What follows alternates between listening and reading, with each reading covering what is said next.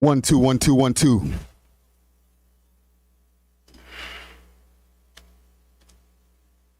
One, two, 1 2 1 2. Jeez. We are back at it. Back at it. How's my mic sounding here? Let me just get a quick chat check. Comment gang strong. I promised a live, and the boy Friday don't lie. Is it? Let me make sure the chat's on the screen too, because it got to show love to the chat. The comment gang is in the building. I am in the building. I'm your boy Friday Ricky Dred, aka Live Rick, aka Teacher, aka King Controversy. Title of this video here today is Toronto loves the Phuckery more than the love. Let me make sure I tap in with the people that I'm on TikTok, Instagram, all those platforms. Let's get it popping. Oh. I'll pull up a few things today for us to discuss. There's a lot of topics that we discussed on different podcasts, as well as that haven't been discussed yet. So we'll be definitely getting into a few things. I've been making my rounds on the internets. And make sure while y'all are pulling up onto this live right here, don't diss the mind them, fam. Hit the like button. Don't diss. 1 second. I'm looking for something. Found it. But yeah, man. Big salute also to Guttz and DJ Las Vegas. Very dope episode of 6 Views Uncut out right now. Dropped it this afternoon around 12 o'clock. YouTube premiered that. Salute to all the people who tuned in. I also want to send a special happy birthday to PK Herc, the OG PK Herc. Okay? Make sure to go tap in with him. If you go to his account, PK_, let me pull it up here. Just so I can make sure I get it right and put some respect on his name. Let's pull it up. Make sure to hit up PK_Hercs_SSC_HNIC and wish him a happy birthday, yo. You know what I'm saying? From the comment gang. Comment gang strong. Let him know that you're showing him some love today on his born day, on his Earth Strong. Lit. Let's see here. I'm just setting up a live here on Instagram so people could know what I'm going before we get into the discussions of things, you know what I'm saying? But yeah, I want to make sure to send a special happy birthday to PK Herc. You know what I'm saying? That's my brother right there from day one. Before there was even a podcast, that was my brother. It. So salute to him. And, you know, salute to everybody who's pulling up right now on the YouTube. I did a poll also trying to check to see what people wanted to talk about here when we finally get onto this YouTube live space. Salute to the community section on YouTube, and salute to everybody here on Instagram right now who's pulling up. I'm on YouTube live right now. Pull up We Love Hip Hop Network on YouTube, and we are live. I'm going in the community section right here. There's a few different things. I did a poll here asking of what y'all wanted to talk about. I said, back on YouTube tomorrow afternoon, what you want me to talk about? And I put 3 different choices: rap news, social issues, or super Phuckery? Y'all want to see who won? For y'all people on YouTube, I'll show you who won that. Sorry, on Instagram first. Dun, dun, dun. Man, y'all lie. You lie so bad. Hold on, let me pull it up on the screen here for the people on YouTube to be able to see what I'm talking about here. Because y'all love to lie. Yo, why you guys talk about negativity and oh my god. What's wrong with you guys? You guys all talk about negative shit. You guys should talk about all the rappers in the city who have only 1,000 followers, but they're so amazing at rapping. Like, shut up. Corny.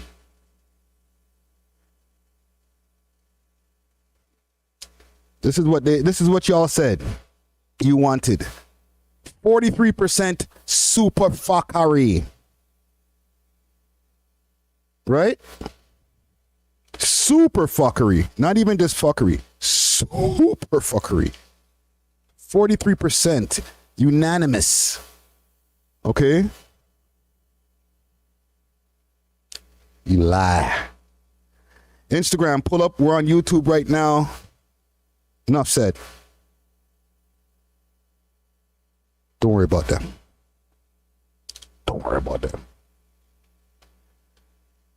So y'all don't want to hear about social issues. Social issues has like the least. That's the lowest amount. All right? And salute to the comment gang. Comment gang strong. Socks Span 43 says, thoughts on Duvy sending shots at Pressa? Oh, don't worry. I'll get to that. I seen the poll. Don't worry. NLR producer. What up? So that's the poll. Rap news, 37%. Social issues, 21%.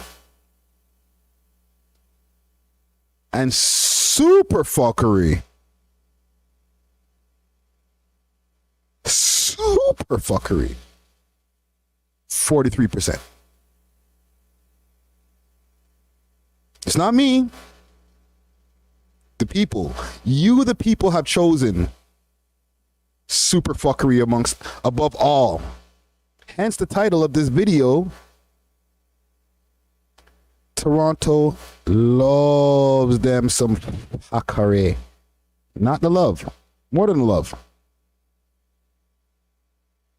And I'm fine with that. Listen, I'm not judging anybody here. It is what it is. We are entertained by pain. But let's get into it. Let me pull up a couple of pages here. Let's see here. And how's my mic sounding? Give me a quick thumbs up if the mic is sounding good. If I'm too low, if it's off, and I've just been talking to myself for the last, 20 minutes. Let me know. Does it sound scratchy? Are y'all hearing the air conditioner in the back? Let me know. Let me know. What do you mean the mic isn't that great? Stop this. Wait, let me check the levels here. 1 2 1 2 1 2. 1 2 1 2 1 2. Nigga, you fucking with me, bro. You just heard me fart? Shut the fuck up. I didn't. And if I did, there'd be nothing wrong with that.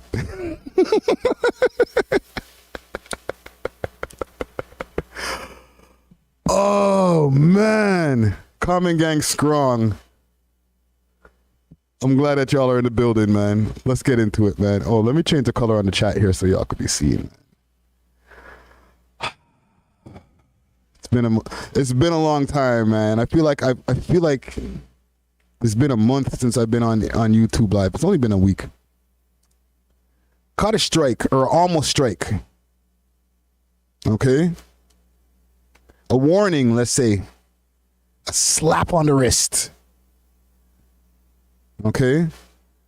For a video that was posted on a YouTube short on this page about a week ago. Maybe a little bit longer than that. Do y'all remember the whole Coi Leray? And I'm not gonna repost it or show it on the screen here. When the man grabbed what is of, or whatever is of Coi Leray's ass existing. He like basically grabbed her ass and like was able to like touch her belly button at the same time. Oh. Well, anyhow, that little video right there, YouTube removed it. Said, boy, that's a little bit too risque. They didn't even give a chance to appeal it or anything. They said, take that down. How you up there posting videos of young men grabbing bones on a fucking on the YouTube?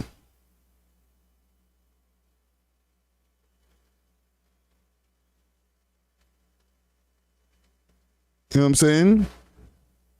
You can't be showing this graphic content of Bon Bati getting grabbed up. You know what I'm saying? The nigga grabbed the fucking what do you call those? A piece of cartilage when he grabbed her ass. Went straight to the bone. I'm playing. Jimmy Green, what up? Bad boy killer. What up? Yo, and salute to Icy Springer. Icy Springer's out there doing this thing. We do need to get him. We need to get him back on the show. Remember, Icy's been on the live here. We had Icy via Instagram. You know what I'm saying? And he was on here. So salute to Icy. But let's get to the Phuckery. Phuckery, don't live like people do. They'll remember you. I think I'm gonna start with some old fuckery that I've been intentionally ignoring because I don't like to lean into things that have things to do with violence. Okay? Who's the best rapper in Toronto? Violence, violence, violence, violence, violence. Right? However, from my from my hood that I touched down in when I first touched Toronto, my original hood, Parkdale, tattered in my skin. The man ItsParkdale was apparently out here causing havoc. I'm gonna find this post here. I've seen it before. I don't know exactly who his ops are. I don't really keep up. There's so many ops and so many rappers with said ops. I can't keep up with who's ops with who and the specifics of why they're ops. So when I first seen the video of ItsParkdale, like, I guess beating down some guy in a store, I was like, I don't know about that. Because, the people don't like Phuckery. So I don't know if I want to report on that. I'll just leave that for the other blogs because true say, you guys don't like Phuckery. And God forbid, I give you guys something that you don't like. All right? Because you said this. You guys don't talk about this stuff. Why? Let me find this. I know it's somewhere. So I think it was on Keeps It Solid. No, I know it was up here unless they made him take it down. But I'm going to find that shit. And I also think it's on ItsParkdale's page. Now, I'm very wary about showing the actual beating because I don't think that YouTube is too cool with that. But the thing is with ItsParkdale, I think he's pretty talented. I think he's one of those guys. Oh, here it is. No, this is Parkdale's plug. I think he's one of those guys who gets to the bars, and I rate that. You know what I'm saying? I fuck with niggas who get to the bars. One thing is, though, I don't feel that he's consistent enough. You know what I'm saying? So it becomes a thing where when we hear him, we're like, yo, this guy could fucking rap. But he barely pops up. So, for example, he was supposed to do something with us. Big salute to Valentino. He did a freestyle with us not too long ago. And PK Herc brought him in. He wanted to follow up and maybe do one with ItsParkdale. You know, PK Herc being a man who lives in Parkdale. It's only natural, like forward, like let's get something popping on the network, right? Let's start you off with a freestyle because, to be honest, when it comes to interviewing people, if you only have like 1 or 2 tunes, there's going to be a limitation of things for us to talk about. I really don't want to just have a conversation about you and your politics. You know what I'm saying? So I want to be able to at least say, all right, there's a good few songs that at least we can talk about your musical process because I know that you're taking music seriously. But if you only got like 1, 2 videos, then we could make content, but it'd probably be more in the form of a freestyle or something like that. You feel me? So that's why you probably haven't seen an ItsParkdale interview, even though, yo, you know, Parkdale's my resident, I'm the president, I'm a DJ man. Right? I don't know. I just don't fuck with it. You know what I'm saying? I'm not finding the post. I think they might have taken it down. He might have requested for the post to be taken down. And if he did, I wouldn't blame him. Fuck. You literally posted yourself beating down a you in the store. It's not that smart. You know what I'm saying? Niggas might get mad at me. They might be like, yo, Friday, what are you talking about? Watch how you speak on the man, damn, brr, brr, brr, brr, ray-tay-tay, ray-tay-tay. But, like, it's just not that smart. You know what I'm saying? I'm going to take one more look to see if I can find it on his page, because that's where it was originally posted, right?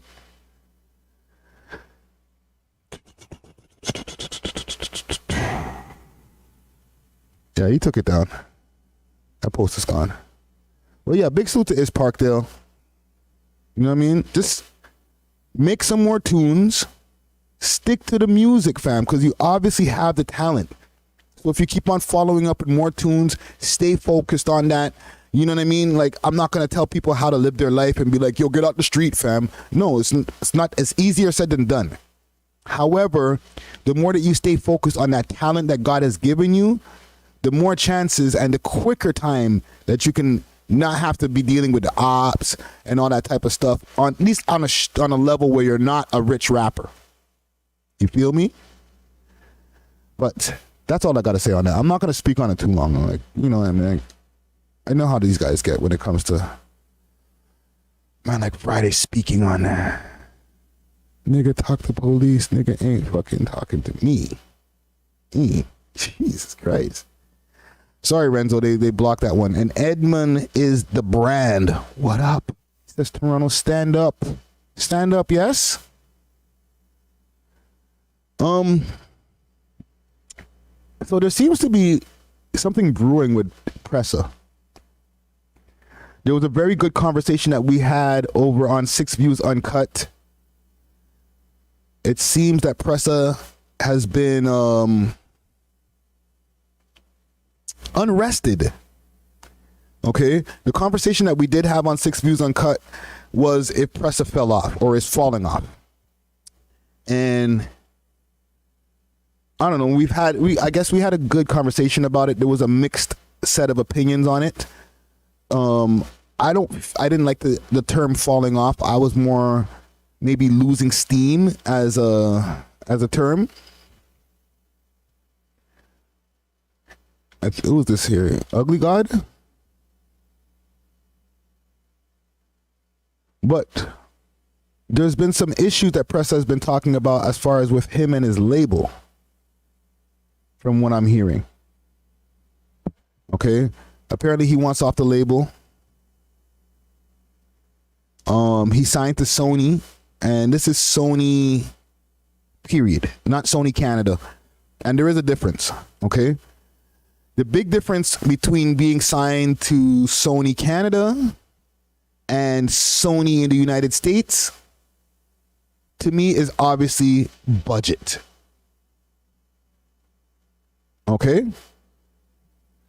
If you're signed to Sony in the States, you're put into a huge pool with a lot more money involved, just a lot more things going on, right? So you're getting pushed to 350 million people, plus they're trying to hit the world. They're going to be putting a bigger budget behind you in comparison to, you see? Give me a quick second. Let me rewind a little bit before we continue. See, I know it's been a while I've done a live. Let me just do a quick check here, because I found a Parkdale post. Okay? I found the ItsParkdale post. And for the people who are pulling up right now, make sure to hit the like button. Okay? Don't be dissing the man them and not hitting the like button, fam. You're dissing, fam. But yeah, hit the like button, please. I'm just opening TikTok here, so we can go live on TikTok as well. And make sure to follow on TikTok, idiot. So, I will pull up this thing here. ItsParkdale catches Batman 61st lacking. I don't know who Batman 61st is yet. Don't be mad at me for not knowing who he is. Okay? It's put me on instead. Okay? But apparently, he got caught lacking. Let's take a look. And for the people on TikTok right now, big salute to the TikTok live. We are on YouTube live right now. Pull up and see what's going on. Okay, so this is the aftermath, apparently. All right? And I'm treading lightly when it comes to this. All right? Okay, so there's no actual violence in the thing. Thank God. It's the aftermath of said violence. And I guess man, are in Parkdale.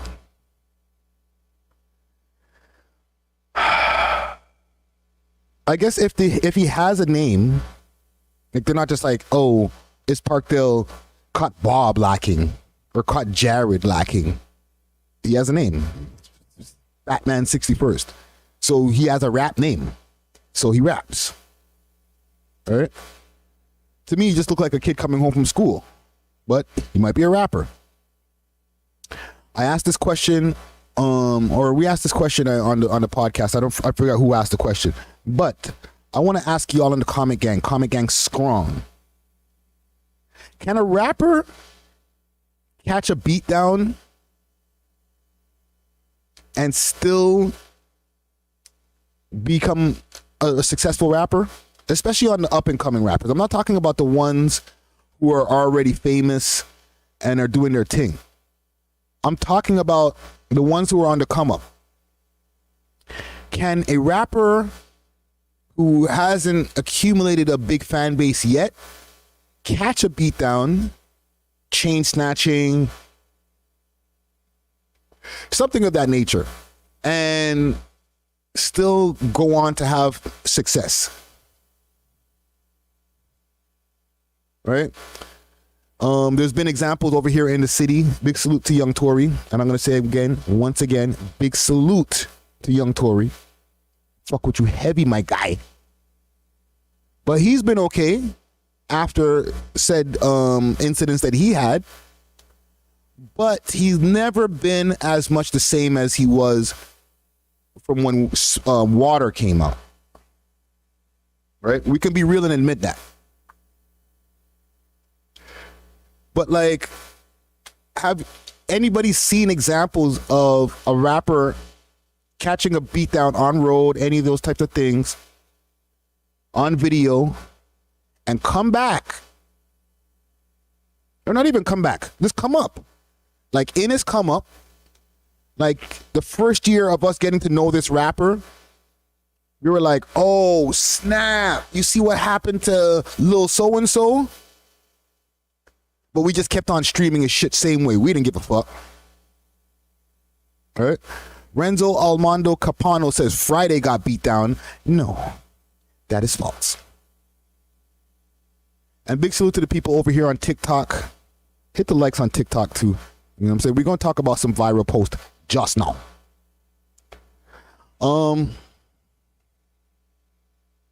Bad Boy Killer says, I don't know. And these are for the people on TikTok. I'm reading YouTube comments. So if y'all want to get a full tap in of what's going on here, hit us up on YouTube, youtube.com/We Love Hip Hop Network, and join the conversation. I don't even have the phone lines open right now. I'm really slacking on my Mackin. You know what? Let me take the phone image off the screen. Local phone. It's all me today. I don't want to talk to nobody. So yeah, let me know in the comments. Let me finish reading this comment here. So Bad Boy says, I don't know. That's a scandal. All depends on if they can handle it. Nicole back. I don't understand that comment.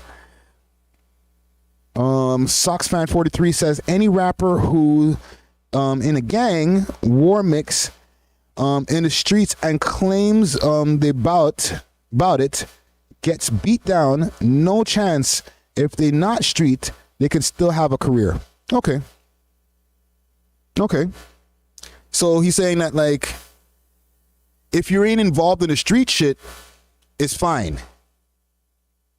You know what I'm saying? You can get abused all you want by any of the rappers, get your chain snatched. It's all good. But as soon as you start claiming that gangsta gang, it's a riggedy rap for you. Niggas ain't looking at you the same. That's what's is that what's happening?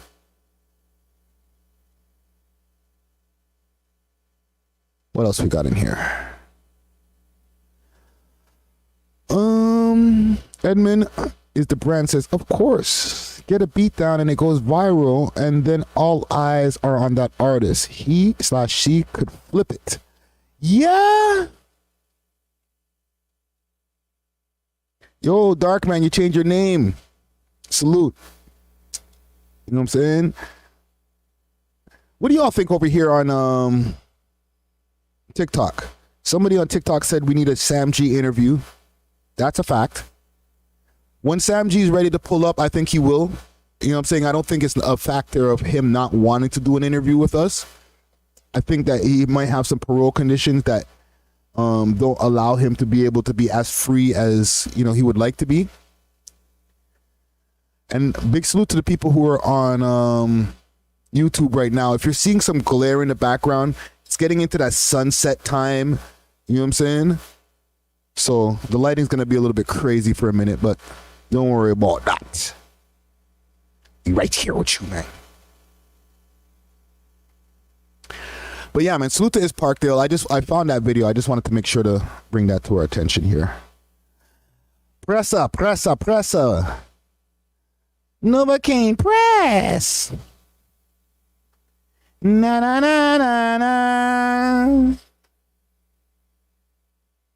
So Pressa has had a good few years of testing in the music industry now.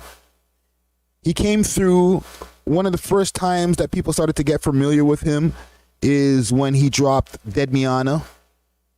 Dead Miana was a local hit.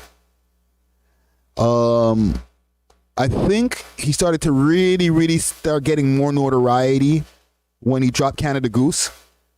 I'm so cold, bro. Big tune. And his trajectory started to rise. Okay. Shortly after that, he signed a deal with Sony. Sony America, or Sony period, not Sony America, Sony Music. And he made his move over to the United States, to where he lives now. So now that he's over there in the States,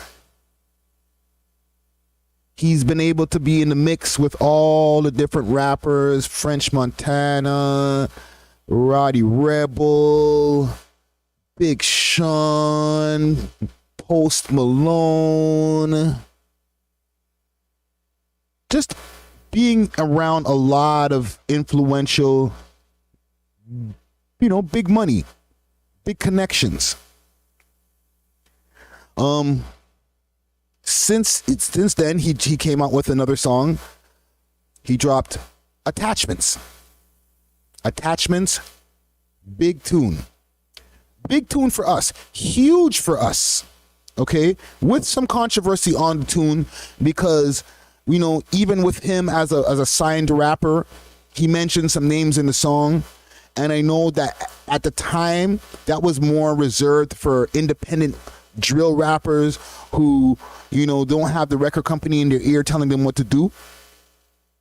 So when he mentioned Sizzlack and Slugger on the tune, people were like, yo, over here. In the States, they obviously didn't catch the bar, but they were like, okay, he's doing his thing. And the song was catching on. I can't say for sure because I'm not out there. And maybe you guys in the comments who are from the States, who are tapping in from whatever state you're tapping in from, could give me a little bit more information. But I didn't really know about Attachments getting played on a heavy rotation over there on American radio. So he had one for over here. But for over there, it was still like lukewarm, let's say. And then he did the Attachments remix.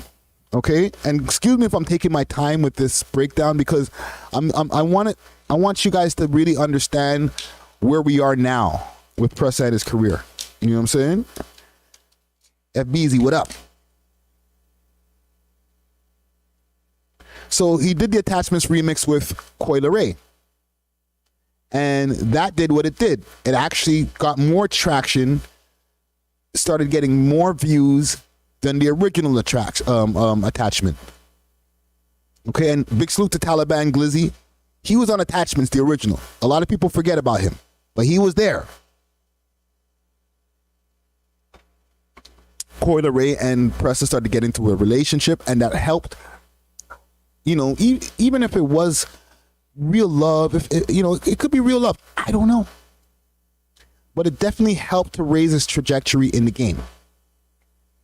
You know what I'm saying? We all know in this new age of hip hop, having a relationship with a high profile, mid profile, whatever profile type of star helps your visibility, helps your likability in this rap shit. Right? Stop me. Like, if I'm wrong, let me know. So that to me was the peak of where Pressa's career had been at this point. You know what I'm saying? Like,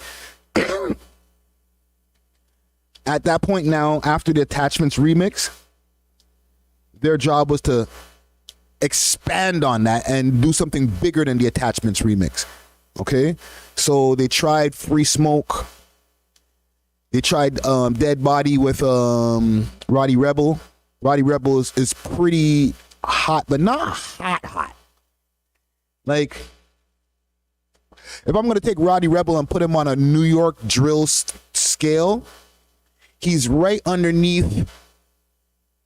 He's about 4 steps underneath the Bronx drill guys, but just a little bit more popular than Fabio Foreign. Right? Is that a proper assessment, a proper analogy? Right? Dougie B, K-Flock, all those guys. He's under those guys as far as popularity, but he's just a little bit more popular than Fabio, aka Fabio Foreign. Right? So that collabo right there. Oh, you guys don't agree with that? Holy shit, I'm wrong? Put me on then. Where do you place Roddy Rebel in the scale? Because I want to let's just figure that out so we can move on. You know what I'm saying? Because there's other New York rappers that he could have done a collabo with, and I felt that Roddy Rebel was a good choice. However, that collabo didn't it was not bigger than Attachments. So the record company still has to do some work to get him to where they need to get him. Now, some other things that he did along the way, he had a Breakfast Club interview. That's a big fucking deal. Okay? He's also had a couple of No Jumper interviews. Right? And an Academics interview on Academics' podcast, Off the Record. So, as far as press runs, and let's not forget the legendary interview on the We Love Hip Hop Network. Thank y'all. Right? So he's doing his press. However, since Attachments, there hasn't been, and this is just my opinion, and I feel some of the opinions of the team, you know what I'm saying? But I'm just going to speak for myself.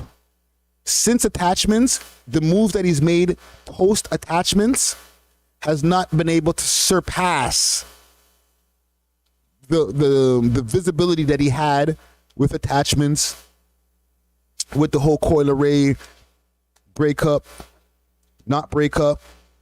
You know what I'm saying? Just the whole things that were going on around the relationship. So where does that leave him now? Because now, he's here still mixing up with the different guys over here. Right now, I'm pulled up a post here on 6 Sounds. Pressa activates and takes shots at Mustafa, the poet, and Duvy. So let's play it. Hear nothing today. I know I can't hear nothing. Give me a second. Let me plug in my fucking ting-a-ting.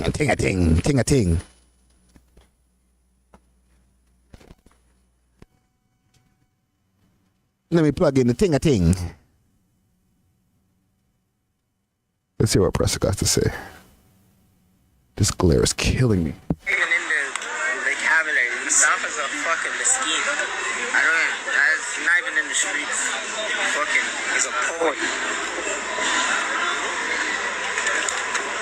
Tell him write the man him some poets. Who else is out there? Who else are Wassas? I want to bring certain niggas' name up, but niggas got hit and didn't even ride. Jeez. Niggas got leg houses and didn't even ride. Shout FMM E6, nigga. The lap. Stop the knife. Yeah. So this is from what? This is like 5 hours ago. Jesus Christ. But this is probably from like last night at the club, a couple nights ago at the club. He's taking shots. And we know there's been a long-lasting, or not even a long-lasting, but there has been some issues between Pressa and some of the halal guys. Right? But these shots to me, and and he took some shots at Duvy at the same time. And I'm gonna tap out of you all over here on TikTok. Make sure to tap in over on YouTube. Let me end this live on TikTok here. The live is lame on TikTok right now. Okay, so let's continue with some more Pressa news, because that's the first shot, or one of the first shots. This glare is crazy. Let's see. Press machine. Oh, Pressa. Do y'all think Pressa should leave from the label? And if he does, do you think he's better off independent or signed? Let me know in the comments below while I'm looking for this post here from Willa the First. Do you think that Pressa is better off independent or he's good where he is? Let me know. Comment gang strong. Mula tells Pressa that he wants to sign him to Revenge Academy.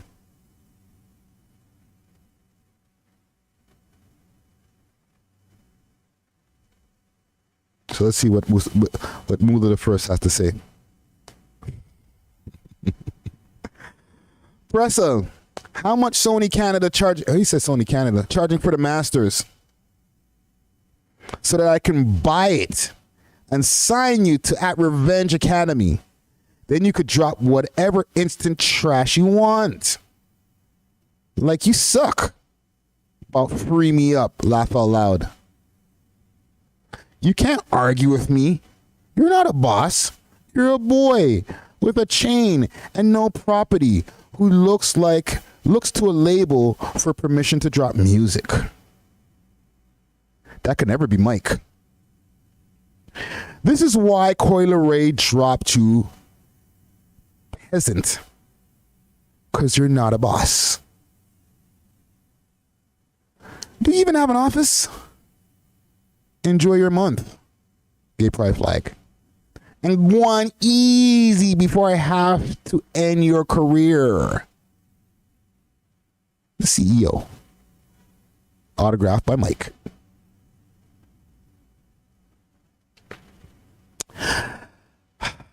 All right then.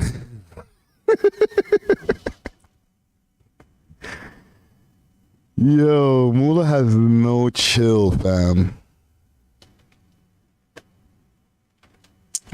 Bro. What y'all think about this post here? Is this facts? Like, because I do understand, and what's going on? Grungy TV, what up? J Cash Dro, what up? J Castro says, problem with being signed is you can only release music with their permission. Also, can get on features unless label approval. That's a fact. It's a double-edged sword. Okay, so being signed is a good thing. You know what I'm saying?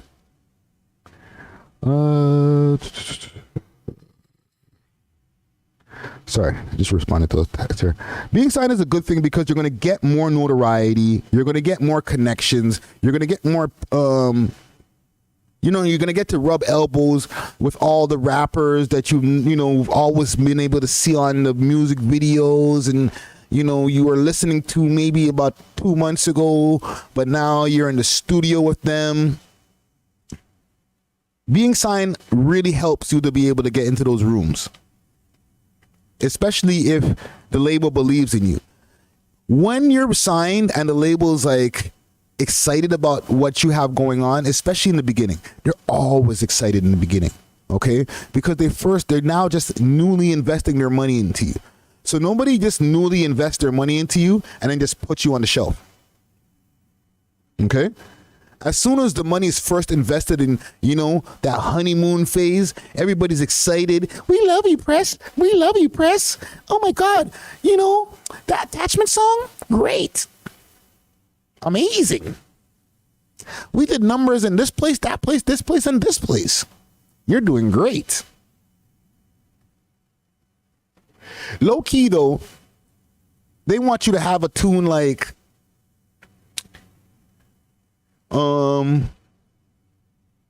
work out. You know, like big like LMAFO. Or they want you to have like the next best I ever had. They want a next bad and bougie. You know what I'm saying? Attachments is cool, but it ain't a bad and bougie. Bad and bougie. Right? So as they're waiting, you know, you give them stuff from the studio. You keep on, you know, hey, what do you think of this new tune that I have out? They'll still keep on acting like they're excited for a while. But then you'll start slowly seeing that excitement dissipate. Okay? They're not as quick to be like, hey, what do you need? When do you need it? We'll fly you out. They start looking to you to become more of like an independent entity. Where like, yes, you're signed, but we need you to make some wheels move before we believe in investing and in pushing the button, as they say, on your next move. Because we pushed the button on your first move and we got some return on investment, but not as much as we wanted. And I'm going to say this also because I fuck with Pressa. I fuck with his music. I'm not going to lie and say all his music, but I fuck with... There's been a lot of Pressa songs that I've liked over the years. I ain't even going to hold you. You know what I'm saying? Like, when I hear fucking Canada Goose come on, I get fucking hype. You know what I'm saying?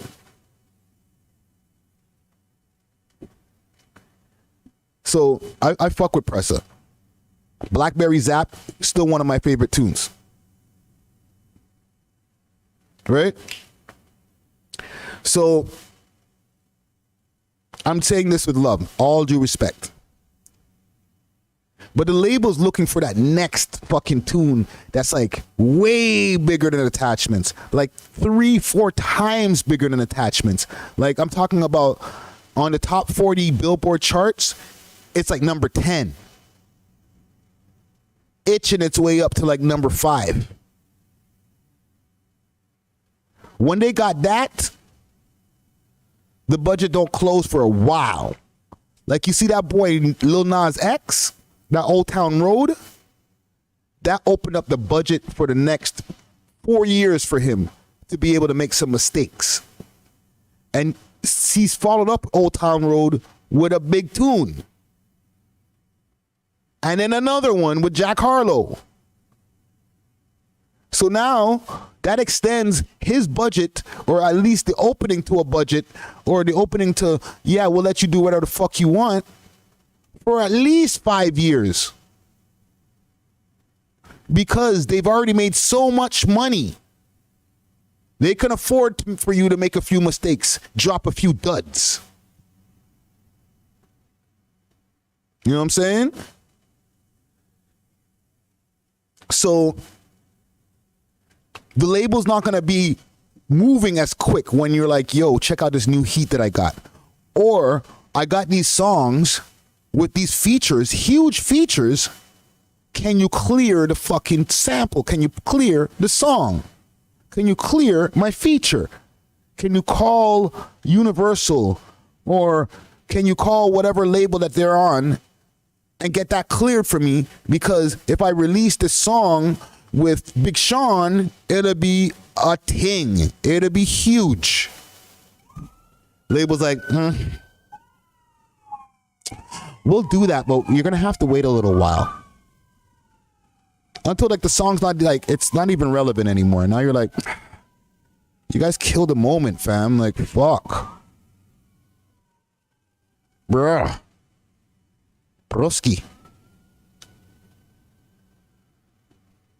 Right? So it kind of puts artists in a little catch-22 when they are on a label, because I see a lot of y'all in the comments saying, no, he needs a label, he needs a label, he needs a label. Does he?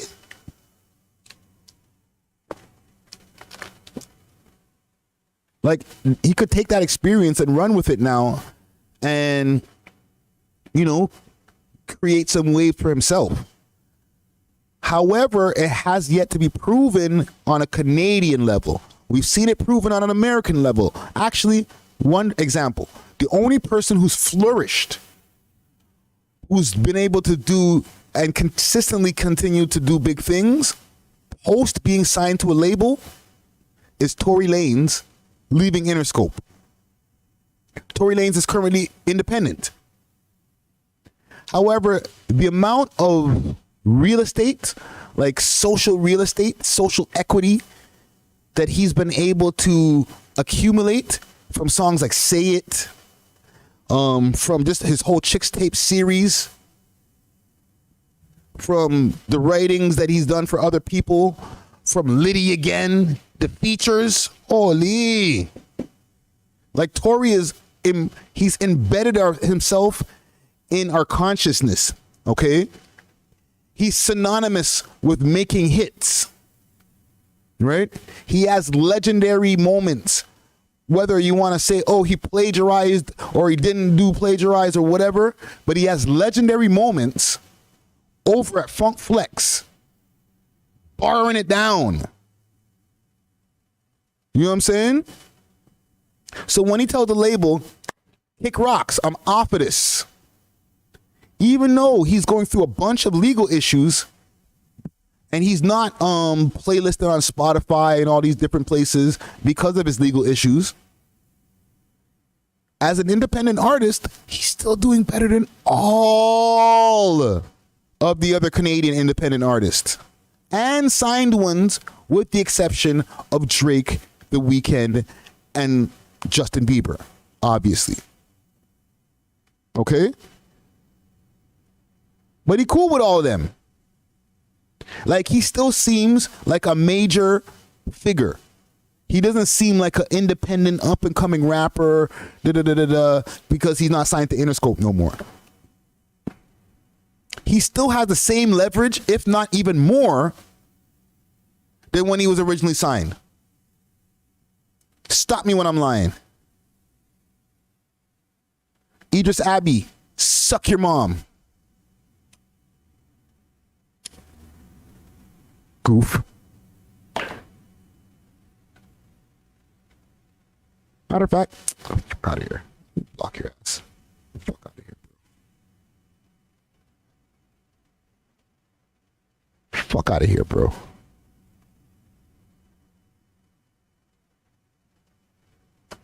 Come on my channel talking shit. See.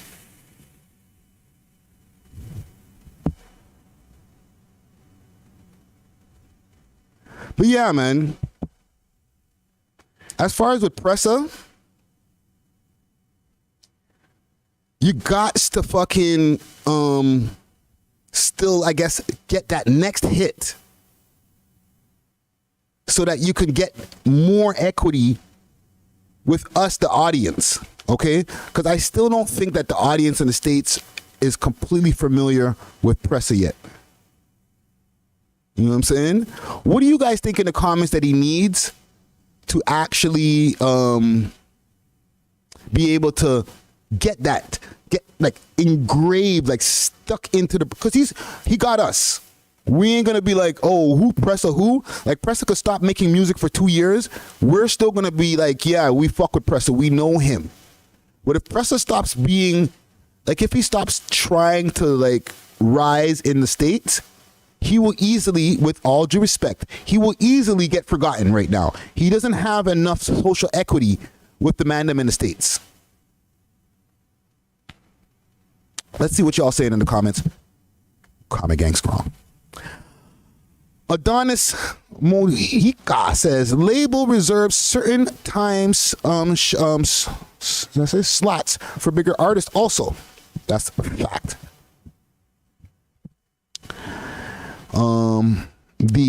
Let's say let them know. Yeah, I have to talk to a little goofy.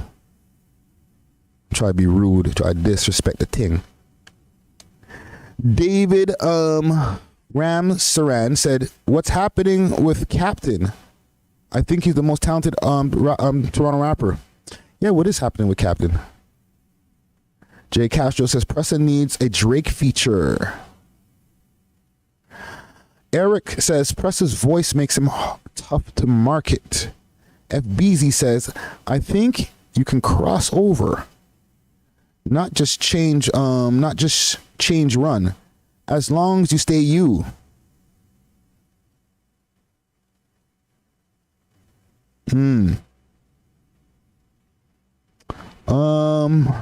Chrisania Loam says, what'd he say? Don't worry about it. Don't worry about that, dongles. We'll chat about that later. Edmund the Brand says, do a pop song, EDM, some other genre with another artist.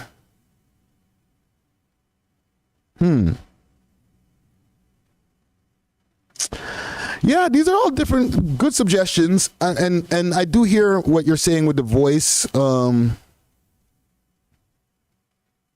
Who said something about whoever said something about the voice, right? It can be an acquired taste, but then it's such a unique voice that I feel like it should be easier for him to stand out amongst the other artists that are out there trying to do their thing. Pressa's voice right away when you hear him. And I've said this multiple times. I just think that it's hard to sell Americans the hood story. Okay? Before I even get into that, let's find a few other posts about this. So Pressa goes at, who's he going at? Duvy goes at Pressa saying he's a bitch and would not feel comfortable back on the Jane. That's what he said? That's what he said, Common Gang? Damn. So let's read it together. God damn.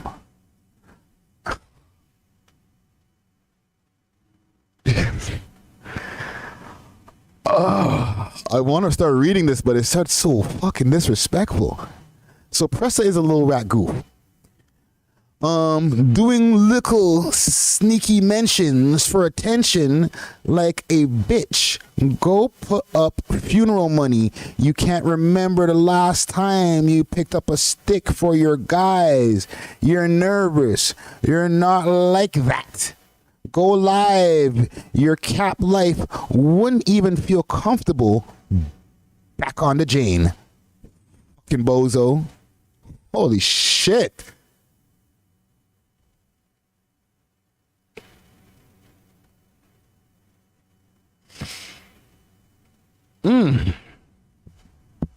God damn, bro.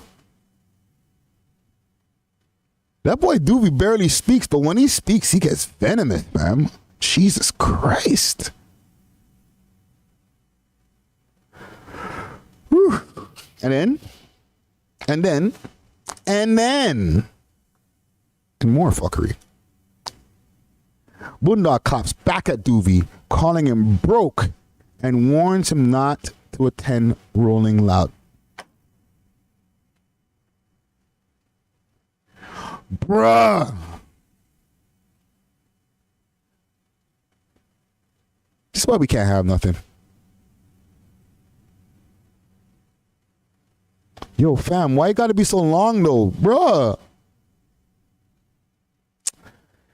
This nigga's making me work today, fam. Jesus Christ. Holy fucking moly. It's like school, fam. Like keeping up with Toronto rappers is like being at school.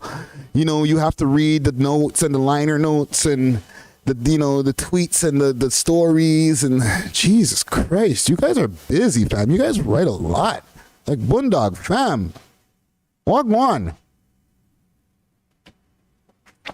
First off, Was Gang, which was Pressa's first song, is worth more than a lot of rappers' whole catalog.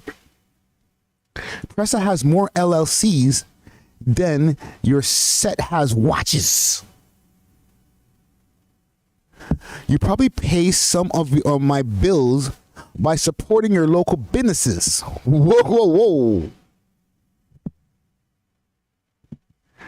You're the type to get a sole proprietorship for $50 and call yourself a CEO. You don't even have a business account, much less even have a business credit.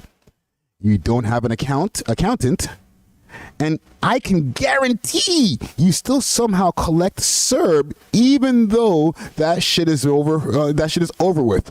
Please continue to collect your $500 annually gross income from your TuneCore, because we all know your net can't even buy a zip from dispensaries. Salute to dispensaries. Okay, we into pre-con.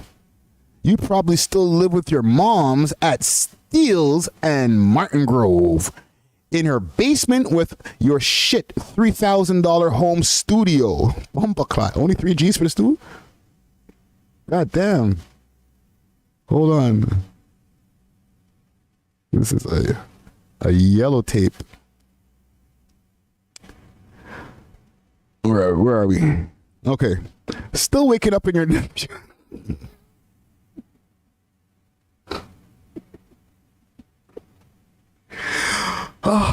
Still waking up your nephew and nieces in the night with that screaming you be doing before you.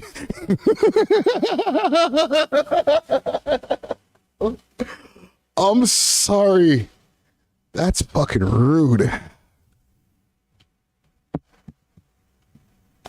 Still waking up your nephew and nieces with that at night, in the night, with all that screaming you be doing.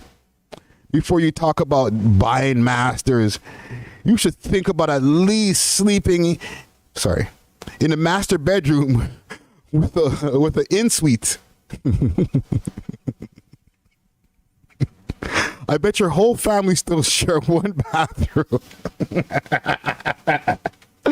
Listen, I'm not laughing at Duvy. I'm just laughing at what the man's saying in the tweet, okay? I'm sure Duvy's not living this way. Wow. Even my 15-year-old sister has her own in-suite. Matter of fact, I have so many washrooms in my crib, I use one for my pets. For the pets? It was a long read, but it was worth the read, my G. I ain't gonna hold you. BFR Bun Dog, ladies and gentlemen.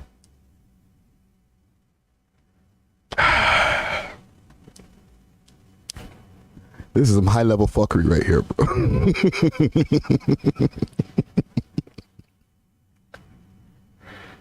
Oh.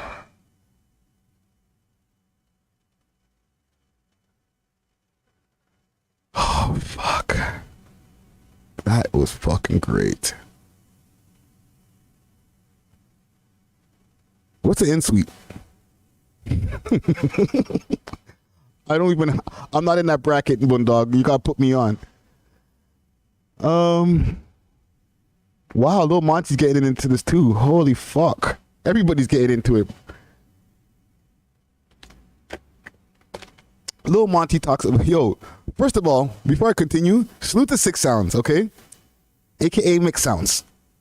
If you want yourself some high level, you know what I'm saying, high quality fuckery in the city of Toronto in the 6, y'all better tap in. It's not a paid endorsement. I've never even met these niggas. Okay? But they the fucking fuckery plug, bro. I've been on this page for like what, an hour? Jesus Christ. Lil Monty talks about Duvy allegedly running away from him at the local gas station. Blood seed. Why you tripping, Duvy? He told Ack he could walk, but he's still limping. Stop, little bro. I know you ain't on the Jane. Remember when we seen each other at the gas station? You ran. I was trying to heal you up, family.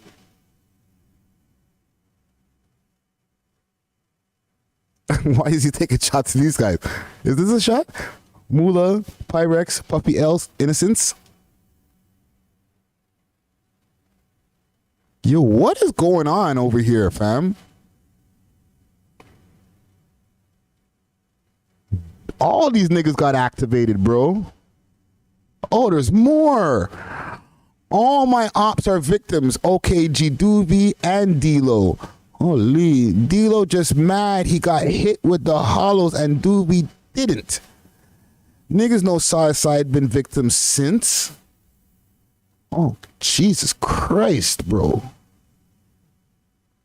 Is there more? No. We're not doing the smoking on anybody. Holy fuck. Okay. So here's the thing. Besides all of this back and forth going on,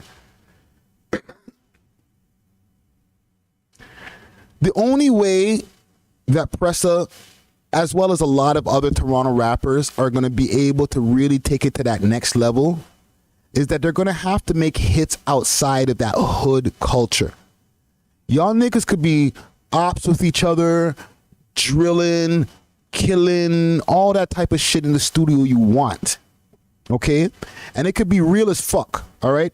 There's poverty in Canada. There's hoods over here. I live here. You know what I'm saying? I understand. But these niggas in the States don't give a fuck. They don't care about our struggle, fam. Okay? Americans are so caught up on their own struggles, they're not trying to hear how rough it is from certain hoods. It's cool, they'll listen, but that's not what's going to draw them in. Yes, our beefs that we're having with each other is really helping to turn up our social medias. It's getting some extra attention, I guess, from like people like academics and people who are, you know, paying attention to what's going on up here. You know what I mean? Trap Lord Ross did a whole Murder in the 6 series. However, none of these niggas is becoming millionaires off of music. The only ones who are getting real millions off of this music shit ain't on the same shit as them. Okay? Drake just signed a deal for almost $500,000.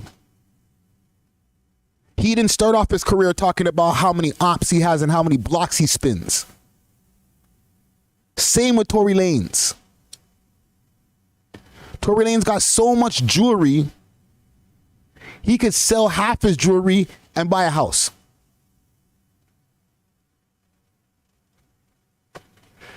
He didn't come into the game talking about smoking on this person, spinning on this block. He didn't come from a name brand block. He came into the game saying, right? He was beefing with Drake. Whoa, that's your op. Drake's your op. No disrespect to Drake, but like, it's not like, yo, fuck the whole Jane strip. What? That's a thing. It's not like he came out saying, yo, fuck them niggas from Regent Park. No. And look where he is. Same with Nav. You niggas didn't even know he was from Rexdale when he first came out, because it didn't matter.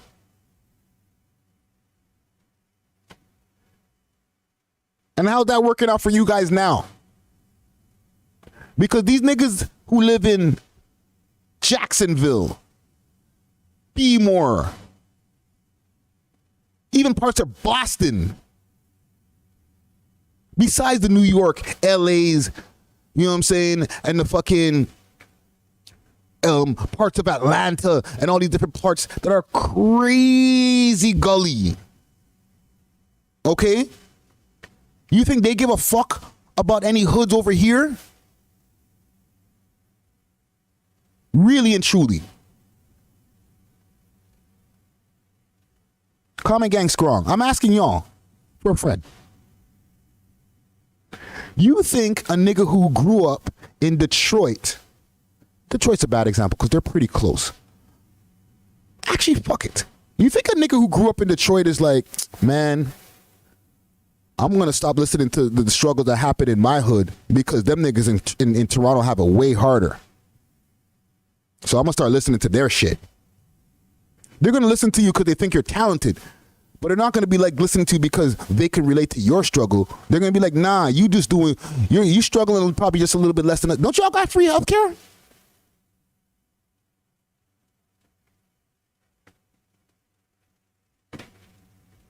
You know what I'm saying? And not to downplay is anything or any of the struggles that we have over here, okay?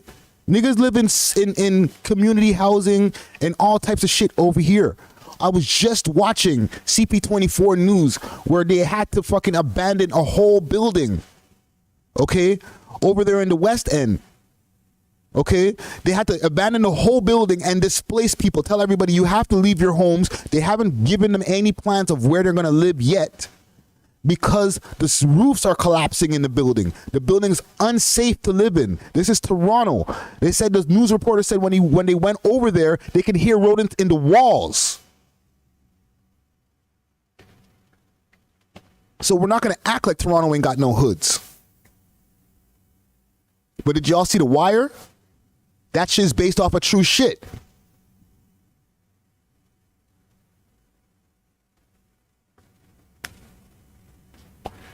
Zachariah Isaac Israel. He says, trust me, fam, we don't care what goes on in Canada. Thank you. And I'm not just only speaking from, I'm speaking from experience, years of experience. You know what I'm saying? I used to be back and forth from New York City all the time. My cousins used to be like, y'all ain't got no hoods in Canada. We do. But compared to the South Bronx, I don't know. It's not going to be the same.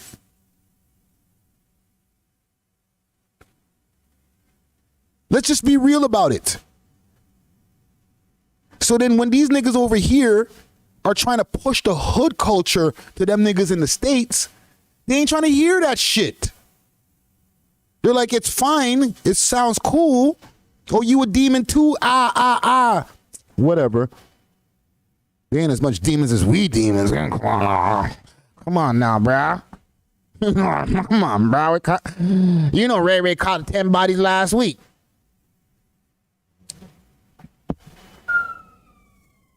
I'm just saying. You know what I'm saying? Let's see what's going on in the comments here. Let's throw on ambiance. Edmund the Brand says, jungle is going to be taken down, bro. You see the building plans? Jeez, they wiping them down. Is that where the building is? Isn't that I was watching on a news special, because I didn't tune in enough to hear exactly, or I don't know if they even mentioned exactly the area. They just said a building in the West End was going through some problems. Right? So like, we're not going to act like we don't have poverty. We don't have struggle. People are still not being able to pay their bills with the increasing prices of everything around here. You know what I'm saying? It's rough. If you live in a hood over here, shit ain't sweet. Niggas catch real bodies over here too. Okay? So I'm never going to try to play us over here and be like, nah, we soft. Oh, Canada niggas? Canadian niggas? You soft, son. Yeah, go tell that. Say that to one of these niggas' faces that are living over in fucking Morningside. Okay?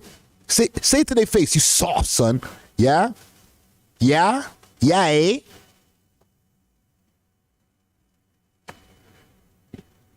So it's not that.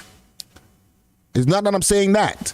I'm just saying it don't hit the same as a B-more that has like 600 murders in a fucking year.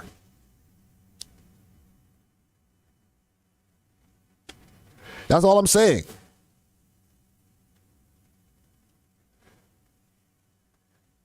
But big salute to Pressa. You know what I'm saying? I just wish the best for him. Hopefully he's able to catch another one.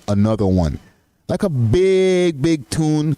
I heard somebody say he need that Drake feature. That would be dope. What that would sound like, I don't know. But that would definitely help because as you can see for Smiley, that has done wonders for him. Okay? And with the position that Pressa's in at the moment, where he's been able to gain some kind of leverage and gain some kind of equity in the game, that would only elevate him more. However, it may overshadow him at that point. So there's a double-edged sword that goes on with that too. Salute to the OVO boys. But speaking of things that are going on, like I want to stay on that for a second. The building, Lawrence Heights building. Let's look it up here.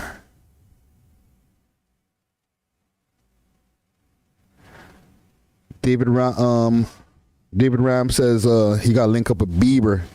Bieber can't talk right now, or Bieber is having issues talking right now, but maybe. We should get into that too. Building collapse. Let's try that.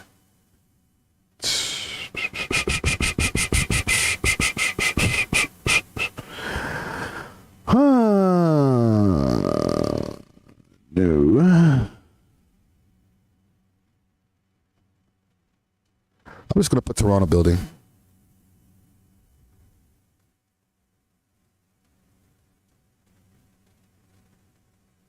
Toronto housing building.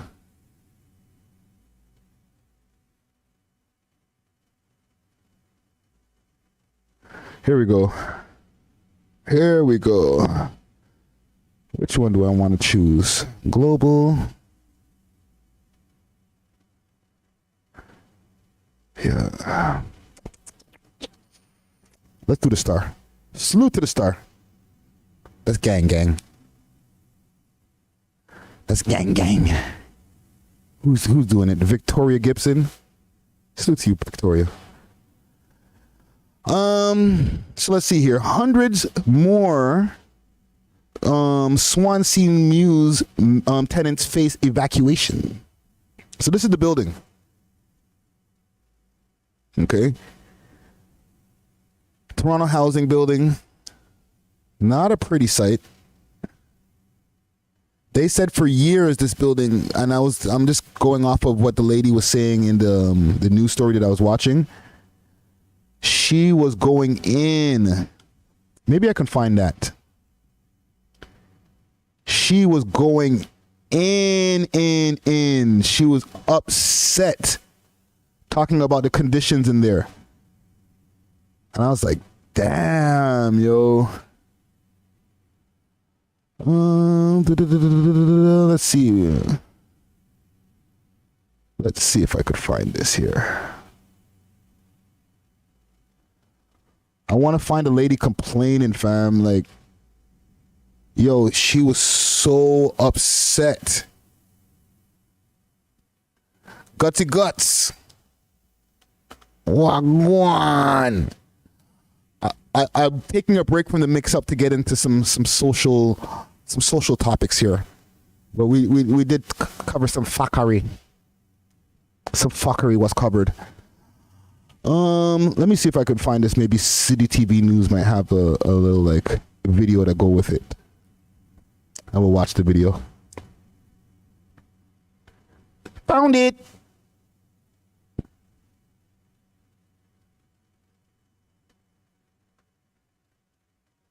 Salute to Guttz in the motherfucking building. Y'all make sure to hit that like button, yo. Stop dissing, fam. Stop dissing. McAllister here at Swansea Mews, a Toronto community housing complex just west of High Park, where hundreds of residents are actually going to be displaced as a result of an incident that took place just a few weeks ago. As you can see behind me, there's a number of buildings in the area. This one right beside me is called the H block. That is where a portion of a ceiling actually collapsed a few weeks ago and ended up injuring someone seriously. And now... Where's the H block, yo? Put me on, yo. Comic Gang Strong. Remember, I'm the Montreal guy. I don't know shit about Toronto. Even though I've been here like 100 years. Where's the H block?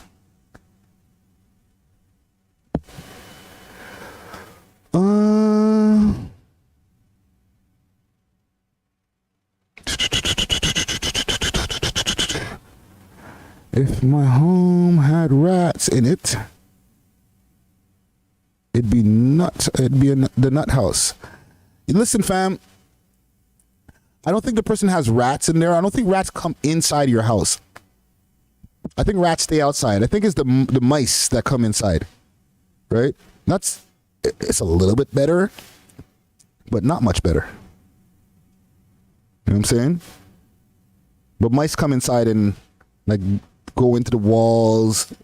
They move around through the buildings, through the pipelines and stuff like that, through the, what do you call that? The plumbing pipes and stuff like that.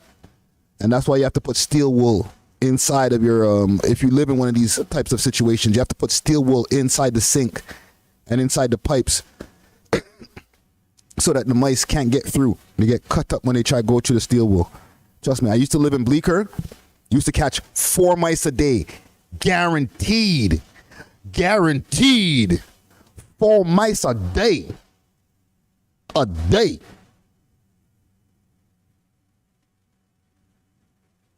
Now it's forcing everyone from all of these buildings out with very little notice. A day. Swansea Mews residents gathering in support of each other today, not knowing what's happening to their homes, their lives, while being forced out.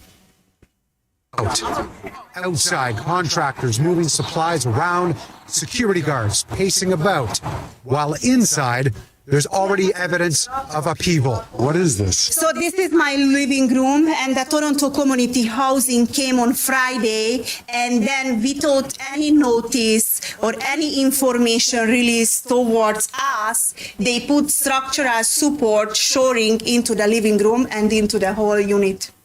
And what have you... Yo, what's going on in there, fam? Yo, look at the beams that they have up there, fam. Yo, how these people living at, this isn't Toronto, eh? They got them like in the trap, fam. And none of these people are trapping. Yo, that's a disrespect, fam. And it's not like people are like, yo, I would love to live in this area. Like, no, fam, it's kind of, you have kind of no choice, fam. You've been told since? Nothing. Community housing staff posting eviction notices on doors today, informing people they need to move due to immediate safety concerns. They just come now and they're saying you have to get out now. But not before being told they needed to leave last night. This video shows residents finding out that they would be taken to other locations, where they didn't know. Where are they gonna go? This is a whole building. It's not like a low rise, eh? There's enough people in this building.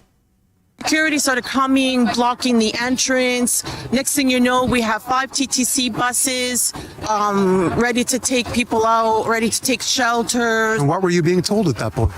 And I didn't stay for the whole thing, just that they're saying that we need to go. They're going to give eviction notices. Some tenants have already taken rooms in Humber College's Lakeshore dorms, as well as some hotel rooms, but don't know for how long. Yo.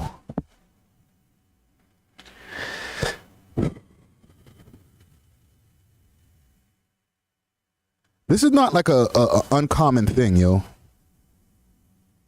Let me continue this. Like, this is a regular thing. Like, Others with families say they need to stay close to schools in the area while being offered places to stay elsewhere in the city. What kind of organizing took place over the last couple of days, especially last night from what we heard? Well, the community's terrified. You know, they feel displaced. They're angry. They don't know when they're coming back. They don't know when the work is going to get done. So there's so many unanswered questions, and I can understand why they're terrified.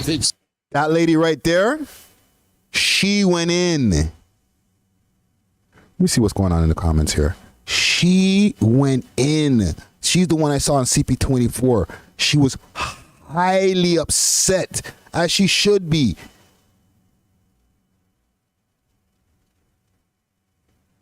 Redkin, the ancient music says rats inside the home for sure. That I know for sure. Mice don't stay where rats are though, because the rats dominate the territory. Yo, fam, that just sent a crawl up my spine. Yuck.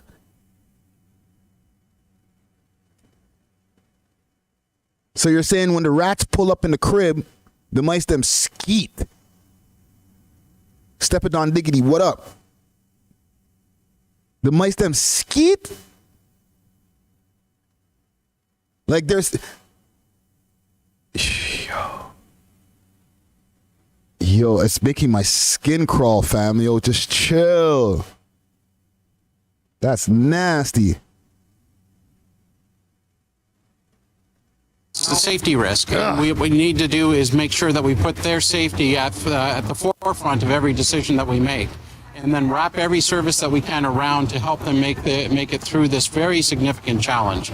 And so once again, we've got two streams of staff that are working on one, what we need to do on the ground and right now, and number two, what we need to do to put those long-term solutions in place for them. I am very sorry for the fact that they've had to be given eviction notices. Toronto Community Housing's objective, everybody's objective, is to make sure those people are found a place to live that can make them as comfortable as possible. Nothing of any comfort to those being forced to leave on what feels like a moment's notice, no matter how dangerous the buildings may be. Nobody here in the Mews has been informed about anything that's going on. So that's the thing too with this whole situation, right? And I was just to delve a little bit deeper into it, right? When they got the notifications, it was like same day. You guys got to go. You know what I'm saying? It wasn't like, yes, we've been having ongoing problems with the building, and in about a month or 2 months, you guys should find some place to stay while we're doing some major renovations on the building. These people just basically got woke up to saying, you got to go. Leave. If you stay, you're in danger. Right? Which in turn, yes, that may be true, because if they stay in the place, the building may collapse on them, their roof may collapse on them. There's obviously some structural issues that are going on in there, some unaddressed issues, as I should say, right? Because why should they give a fuck about people who are living in community housing, right? Why should they fix up their house and make sure that they live comfortably, right? Right? Why should they give a fuck? You know what I'm saying? We got to allocate the money to different things. So some people are going to have to suffer, I guess, right? They ain't going to say that, but that's how they feel, in my opinion. Right? So, for example, like, I live downtown. There's a lot of junkies and stuff that live on the street out here. However, the average cost of an apartment down here in the middle of downtown is about $1,800 for a one-bedroom apartment. Okay? If you're getting anything under that, you're probably going to have to start moving towards the hoods, more like the PO, you know, which would be like the Spadina and Dundas, Spadina and Queen area, or you're going to be more into Regent Park, right? Parliament, you know, maybe Moss Park, whatever's left of it. Okay? But you're going to be living in the conditions that are not as favorable as everybody else because of the rent that you're paying. So there seems to be like a displacement of money that's going on in this city, as well as like every other metropolitan city in North America, at least, right? There's an inequality in as far as what the services that happen in these different areas. Okay, like for example, shootings go down anywhere. However, the bulk of the shootings and violence that ends up happening usually ends up happening in the West End, the Northwest End, the place that has the most amount of GTA housing. Right? This is something that's been going on for a long time. So it's not like everybody's surprised, like, oh my God. Like, you know, Mayor Turkey Neck was like, you know, oh my God, this is, we're going to make sure to get on time. Bruh, this is shit that's been going on for decades. When I lived over at, in Bleecker, 280 Wellesley to be exact, that was back in 2003. People were throwing garbage off the balconies. They had signs saying do not to watch for where you're standing because you might get hit in the head with like an apple corn or something. When I say 4 mice a day, I wasn't saying it for like comedic reasons, or I'm not joking. We went through mad sticky traps in that place, me and my roommates. Right? Because that's back in the days when I had to live with roommates. It wasn't a pretty sight. So fast forward, and that's the building that where like Local City and those guys, or like the area where Local City and those guys come from. One of those buildings was going through mad problems maybe about 2 years ago, where people had to evacuate that building as well. There was water damage that was going on all through the building. I think the electricity had gone off. So this right here, this is just one of a multitude of buildings that are going to be going through this type of massive demolition eventually, because what they're really doing, to be honest, is they're letting these buildings go to shit. They have no plans on renovating the buildings so that the tenants that are existing in there can enjoy the fruits of that renovation. Okay? When they're done with the building, they'll just tear it down and build a fucking condo.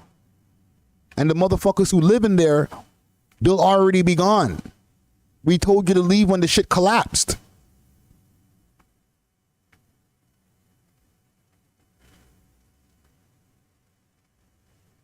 Right? Edmund said they're pushing them out. Facts. You know what I'm saying? Like, obviously, I'm sure, throwing on ambiance, salute to Las Vegas. I'm sure that they were in there like, oh, we know exactly what date that this building is going to start having those problems to the point where like people are going to leave. But they knew it was coming. There is no way, with the ongoing problems that were going on in this building and multiple buildings that are in the GTA, or in Toronto specifically, okay? There's no way that, you know, the contractors, all those people are not warning the landlords, warning the property owners about these existing problems that will eventually turn into big problems. I'm a homeowner, okay? I deal with rental. I know that if I don't do the different upkeeps in my house, that shit will fall down into the ground. And then my tenant, who will be in the house when the shit falls down, will have to move or get injured. Okay? I've had the issue where there was water damage that was coming from the bathroom, and it went in through the ceiling down into the living room. Right? Putting drops into the living room. Till eventually the ceiling in the living room split. I had to get on top of that shit right away for 2 reasons. Okay, and I'm giving you this example because I'm going somewhere with this. I had to get on top of that right away for 2 reasons. One, for the comfort of my tenant, so that they're not in a situation where there's water dripping into their friggin' living room all over their baby's playpen and little bricks and stuff like that. We need somewhere for the little baby to play. He can't be playing in fucking shit water or whatever bath water that's coming from the damn ceiling. Right? And 2, for the integrity of the home. Because if I don't fix that, and if I don't fix it properly, it's going to continue to get worse. And then eventually, even if it's 3 tenants later, that whole fucking ceiling's going to fall in. And then who's going to have to pay more? Or just say, squash it, sell the house, smash it, whatever the fuck. Right? That's just for a 1-family home. I'm aware of the issue is what my point is. I'm aware that the issue is there and that it has to get fixed or this is going to happen. And I ain't no big manager or whatever that works for no real estate or anything like that. Okay? So if I'm aware of that type of shit, you're trying to tell me that the landlords or fuck the landlords, the property managers are not aware of the structural issues and all of the different types of renovation issues that are going to become huge issues that are going to eventually have to make all of these people have to leave the place? Come on now. My flavor vision ain't blurry, yo.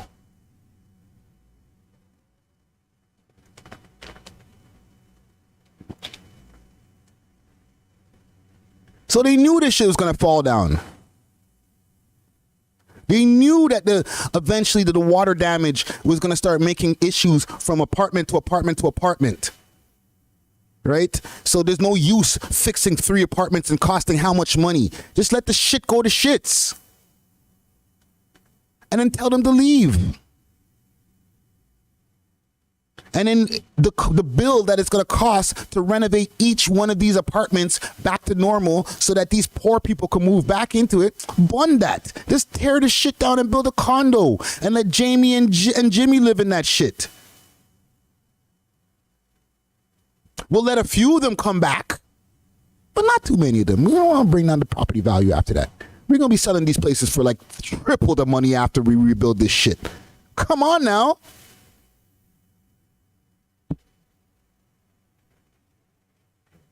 Stop me when I'm lying. You know what I'm saying?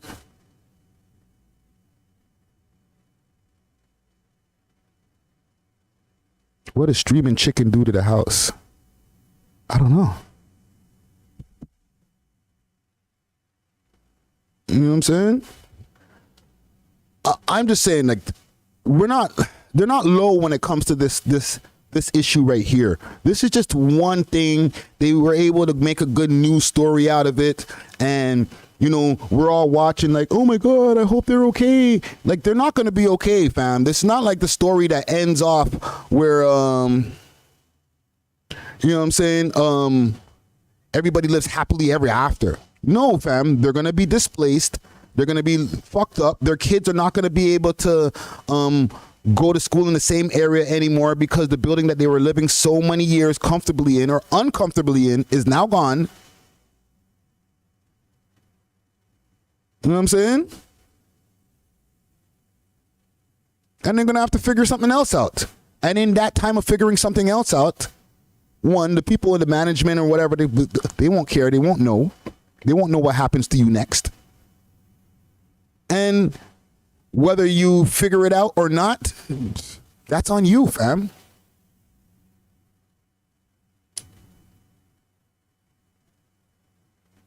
Somebody said maybe the house is made out of glue. My house? Probably not. Hit the like button, though. Probably not. My shit is old, yo. I gotta do an upkeep on that because of the fact that it's an old house. The house was built in the 70s. So there's two things that are going on there. There's some pieces of the house that are stronger than what they build houses with now. But then there's some pieces that are old that have to be replaced. You know what I'm saying? New electrical box. You have to get a new one of those. You can't have the same one from the 70s. Okay? You can't have the same front door from the 1970s. That's just going to look crazy. And it's going to be rotten. You got to get your roofing done every like 10 years.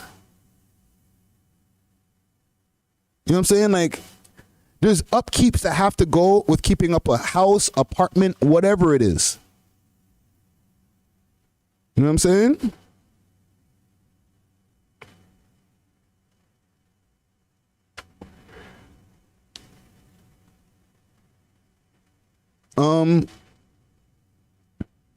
I heard somebody say something about the mandates.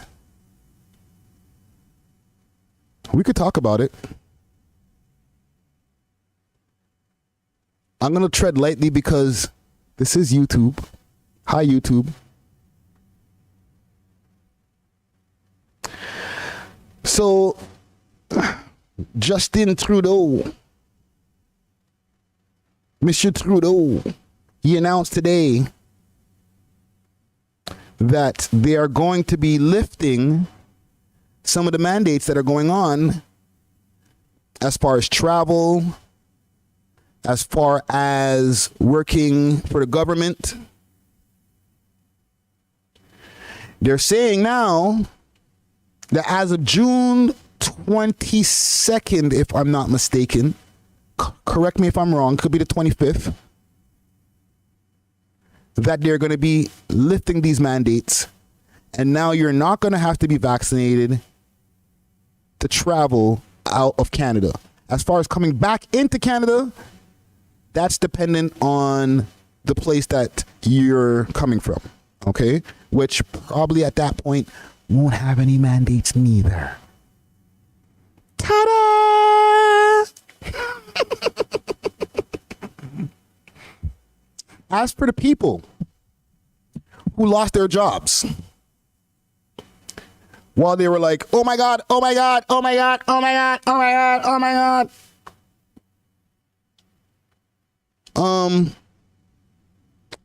They haven't announced whether said people will get their jobs back.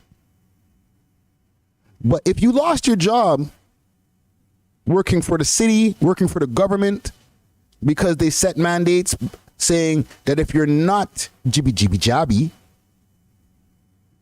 that you're like a problematic person, you're irresponsible, you nasty. Well, now you're not. Ta-da!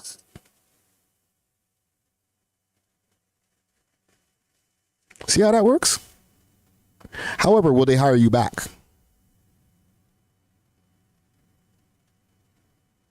That's the question. Right? Or, you know, we already got somebody. I'm sorry. Like, we got somebody who like got the jabby jab while you in your absence.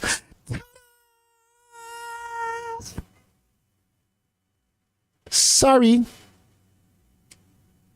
World's open now, though. Just go get yourself a job now. You don't even need a job.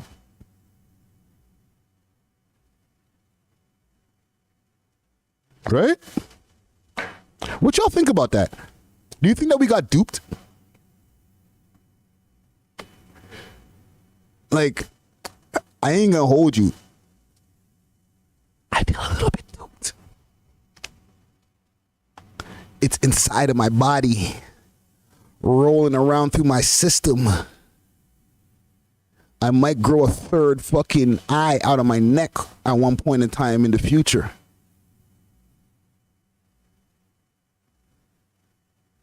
You know what I'm saying? When I nut, I might have radioactive sperm instead of super sperm.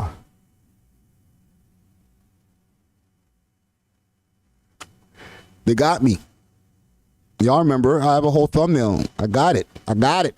They got me. I didn't even go nowhere. That's the crazy part. I didn't even jump in a fucking plane. Nigga. I didn't even have a chance to like use the shit. Be like, well, listen, excuse me. Move over in line. You fucking unvaxxed peasants. Vaxxed person coming through. I didn't even get to use that. I didn't even go to a restaurant. I didn't even get the app. I got the app, but I never hooked it up. They got me. I'm grown enough to realize when, actually, let me hold that. As far as with me, I'm about the paper. So in that space of time, if you're going to try to slow up my paper, send on, fam. I'm about my paper. You know what I'm saying? So I'm glad that I did what I did when I did it. Okay? Because if not, that might have impeded on some of the different moves that, I was able to make. Some of the rooms that I was able to be in. And to be honest, y'all might call me a fucking sheep or a simp, but I think that shit works. I ain't gonna hold you. There's been a few times, and I've been around a lot of people. Like, we do events over here at the Visionary Arts Center. So I have chances of being, besides multiple podcast episodes with mad guests, okay? There's been mad times that I know I caught that shit. And after I got the second jabby, instead of being out for the count, I just, 1, 2, and I'm back in the game, coach. You know what I'm saying? Yo, Earth, salute. We'll be here. Right? So I don't regret it. But now when they're like, hey, by the way, now we don't need it. Sorry. By the way, my bad. I do feel a little stupid. So I ain't gonna hold you. I'm not gonna be like, oh, what's wrong with you guys? No, like they duped us, fam. They fucking pulled the okey doke on us, fam. Like dirty. I rate it still. Even gonna be I ain't even mad at them. The government knows how to really pull some fucking good tricks on a motherfucker, fam. Yo, shut up. Sorry. Google Play be acting crazy.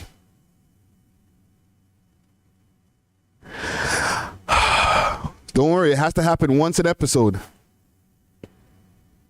But yeah, salute to all the people out there who held out for as long as they could, man. I rate you. I salute you. You know what I'm saying?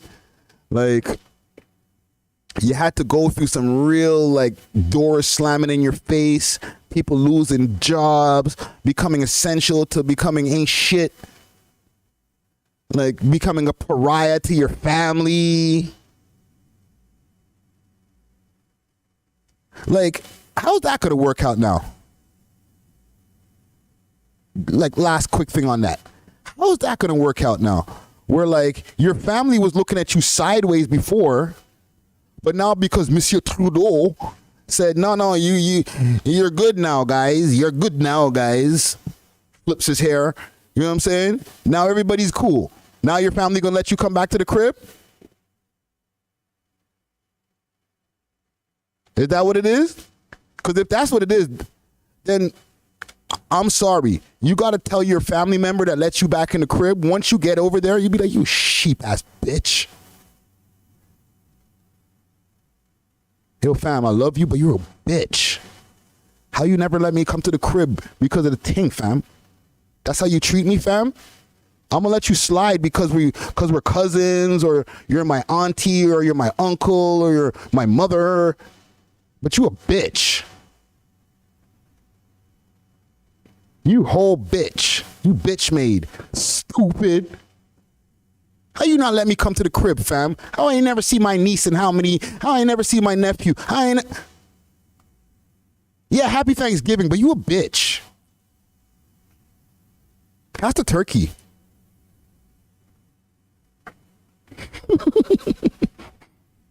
Just remember to tell them that, okay? Don't forget. All right. Uncle Leroy, yo, thanks for letting me back in the crib. How's everything going? How's the kids? Oh, yeah, by the way, you a bitch, Uncle Leroy. How you never let me come to the crib for how many years, fam? Uncle Leroy, you a bitch. Just like nigga and baby boy.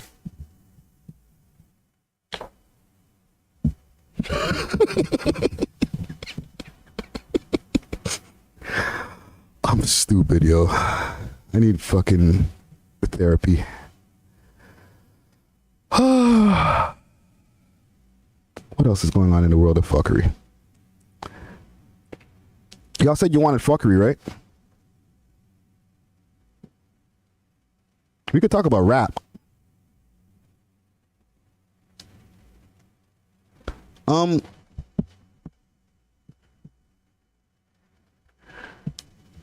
Besides the whole thing,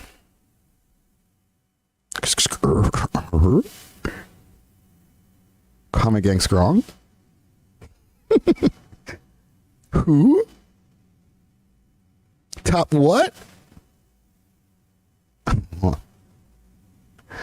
Okay, so we had a conversation with Top 5 not too long ago via phone call. Recorded. Check out a new episode of 6 Views Uncut. There is a portion of that call in the episode. I timestamped it, so y'all can find it in the timestamp. Okay? I don't get to timestamp everything, so bear with me. I'm looking to find somebody who could do the timestamping for the episodes then. But that piece is the only usable piece. We definitely will be tapping in with him.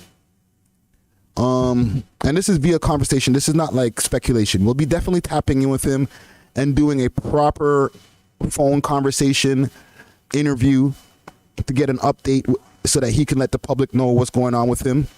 Big salute to Guttzy Guttz. Yeah, we've had conversations. You know what I'm saying? He's doing okay. He's from what we hear in the conversations and like from what when we're talking to him, his spirits are high. They're not even like a little bit, like he doesn't sound a little bit like somber. He just sounds hype. Sounds very excited about what can happen in the scene out here. You know what I'm saying? Especially if he comes home. From the snippet that we put in the episode, which it's not a short snippet. It's like we had a lot of conversation, and in that conversation, because it wasn't an on the record conversation, even though it was being recorded, it wasn't on the record. We said a lot of different behind the scenes things, shit that we talk about behind the scenes. Okay? Mainly, sometimes we talk about people that we think suck. Right? And, you know, as media people, we can't be out here being like, yo, you suck, you suck, you suck, you suck. Sometimes we do, obviously. Right? But, you know, not everything in front of the scenes, not everything behind the scenes needs to go in front of the scenes. So a lot of that conversation in in my opinion, and his opinion, is private, right? It's just too much chat, not criminal shit. We talked about music. You know what I'm saying? What surprises me, and oh boy, I hear you. We do need a Duvy to interview. What surprises me is his enthusiasm for the music scene, for the Toronto music scene, for somebody who's dealing with so much legal issues. Like, that to me is somebody who is optimistic about his future. You know what I'm saying? Who might know some things that we don't know about where his case may go. Right? From, what I reported before via news from the 6, and I think on a live, that is his former co-defendant charges got stayed. Yeah, we discussed this with Nia Singh. His former co-defendant's charges got stayed.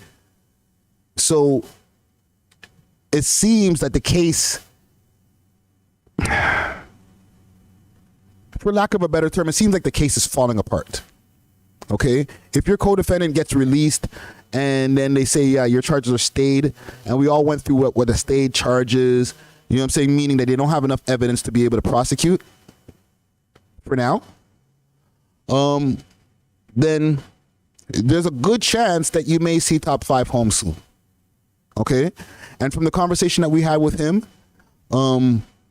he seemed very optimistic about the different things that he's going to be doing once he touches road. Right? I can't confirm or deny whether he's going to be touching road like within the next few months or anything like that.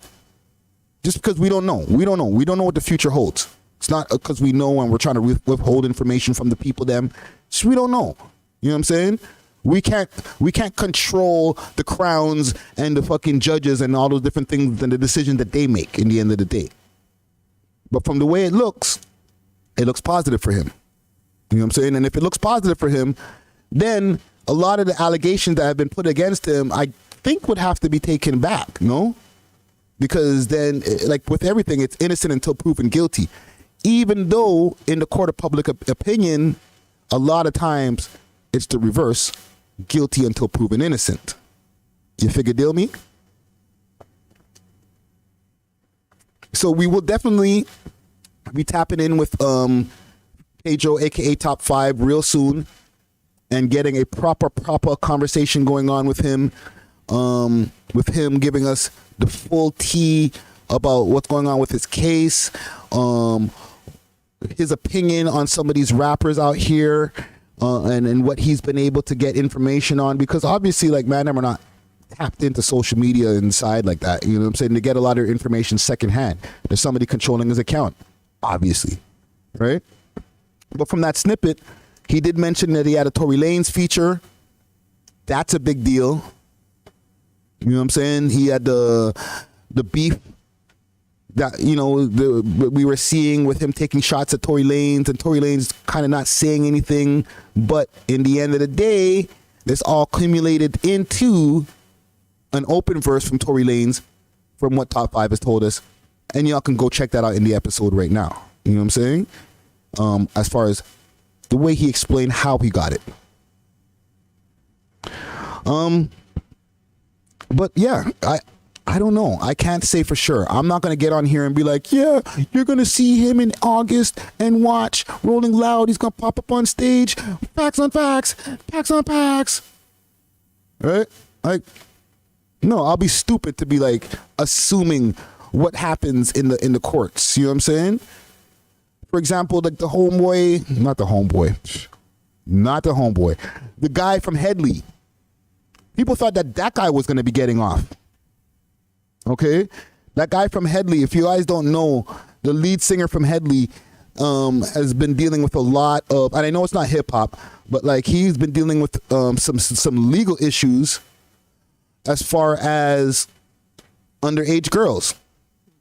There was a girl that was saying that, you know, he SA'd her, and that, you know, he did a bunch of wild things to her in while she was like 16. And him and his defense was saying that no, everything was consenting. From way it looked, they try to make her look like, yo, fam, you're just a groupie of his. What do you mean? Like, what are we talking about here, fam? Like, this is a consenting thing. You wanted him to do all this wild shit to you. However, he lost.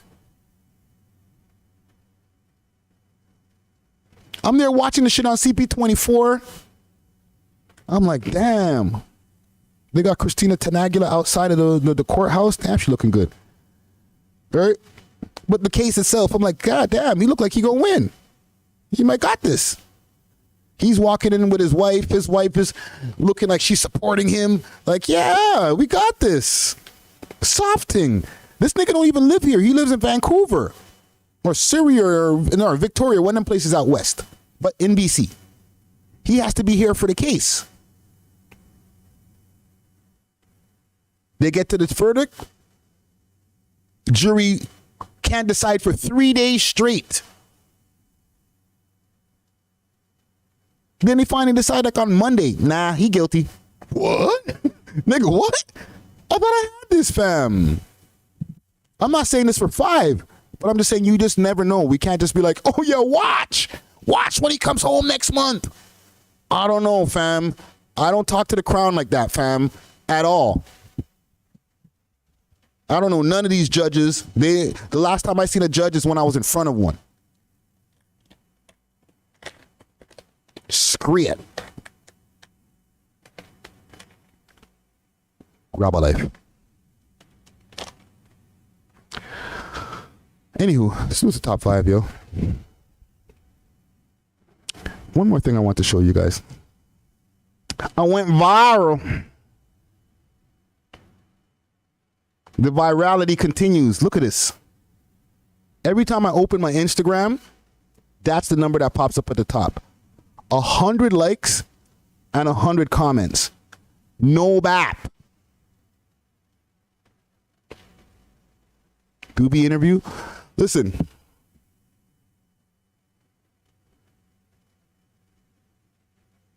Duvy interview.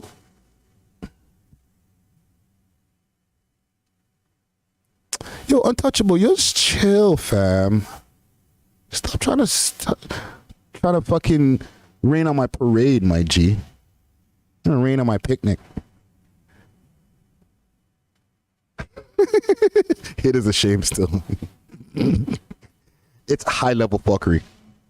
But you guys voted 43%. Super fuckery. Okay. As far as the Duvy interview, a lot of these guys don't do enough interviews. Okay? However, Duvy don't want to do no interview with us. I don't know if his mind has changed. I've seen him in the stories lately, and that's something that I haven't really seen before. Maybe he's looking to see if we're like talking his name or whatever. But once upon a time, we did do a news story where we were talking about one of his homies. Okay? Hold your head to that homie. Man, they weren't feeling that.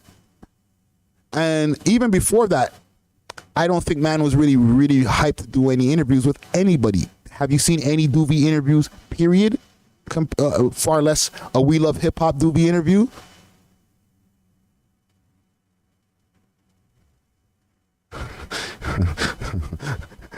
Yo, bro, Untouchable, who are you, bro? You're just setting me up for all kind of fuckery today, fam. But as far as a Duvy interview, we'd love to have a conversation with Duvy. We would love to have him here to the Visionary Arts Center.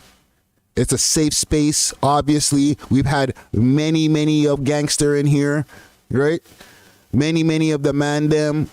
Sometimes niggas come with like 10 of they niggas. We have 10 seats for 10 of they niggas. It's a space. There's a whole parties happening here. So an interview, if you need to bring 8 of the man them with you, 2 of them could sit on the couch. I have about 8 fold-out chairs. There's a few more roll-out chairs. You be as safe as you want to be. The invitation is open from us, Duvy. Okay? Hold on. Let me make my screen bigger. Hold on. The invitation is open from us, Mr. Duvy. We would love to have you over. Okay? We're not going to ask you no stupid questions. We're going to do our research. Obviously, we fuck with Duvy. Even if he don't fuck with us, he's been on multiple top 6 music lists. Number 1 mad times. Okay?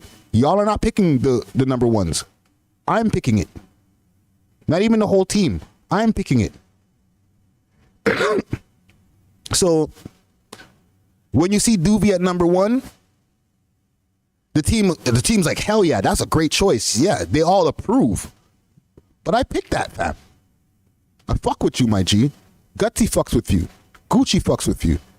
Them niggas have a clip where they're going crazy to Nightmares.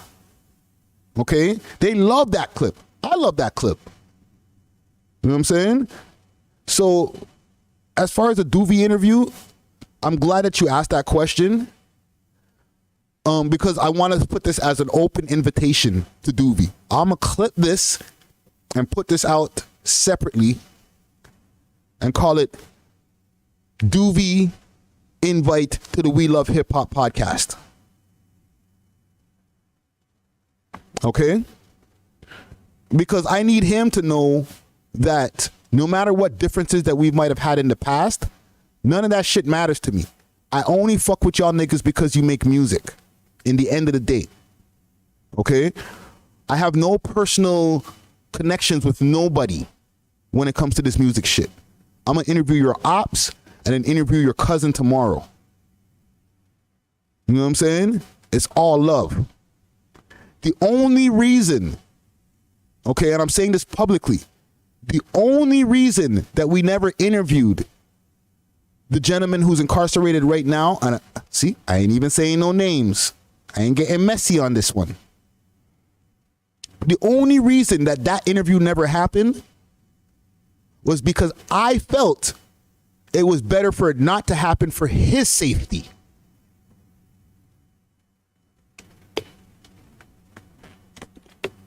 Because if we did the interview, he would have got put in the hole. They would have been like, yo, how do you have communications that are being recorded and out there into the public? On top of that, an interview when you're not supposed to be recording any of these videos, any of these video conversations. I had the clearance, 2,000%. I could have made the interview happen. I had my questions ready. Phone, mixer, everything, link up. That's when I improved the level of how to take phone calls via just phone calls and put them through the mixer so that they sound crisp. Okay? I'm a fucking my collar, yo. I know that the phone calls sound crisp. We don't be doing this. Put the phone to the fucking mic bullshit. If we're caught off guard, then fine. But I got the mechanics over here. I got the capabilities to be able to streamline the phone call straight through the mixer so that you guys can hear it and remove any noise off the end, any off the top end or the bottom end. You feel me? This is some techie talk I'm talking, but the point is the phone calls sound crisp. Let me get another jail phone call on this shit, fam. Holy fuck, you'll think, yo, is this nigga really in jail? Are you sure? He sound like he's calling from right there. Are you sure he's not in the studio with you, my nigga? Nah, fam, that's a jail call. Salute to Heartless G. Salute to... Anyways, I'm getting sidetracked. Duvy, forward. Holy. Have a man begging on the fucking YouTube like a real idiot, fam. Like, come on, bro. You know what I'm saying?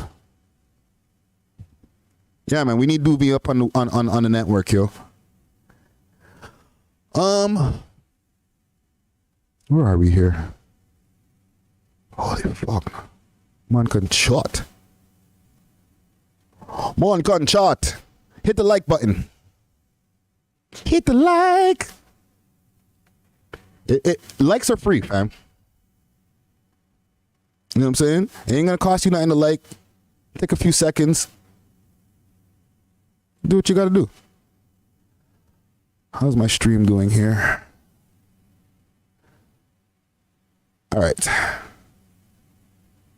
One more thing I want to cover here. Your boy went viral. I pinned a few things here. You could pin. I don't know if I'm like new to the party.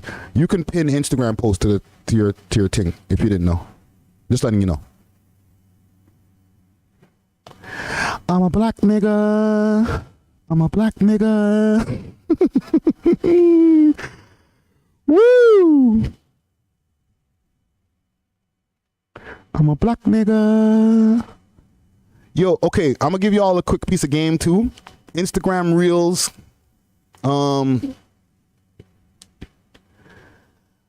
TikTok post, vertical post. There's different posts that react in different places. This is a fluke.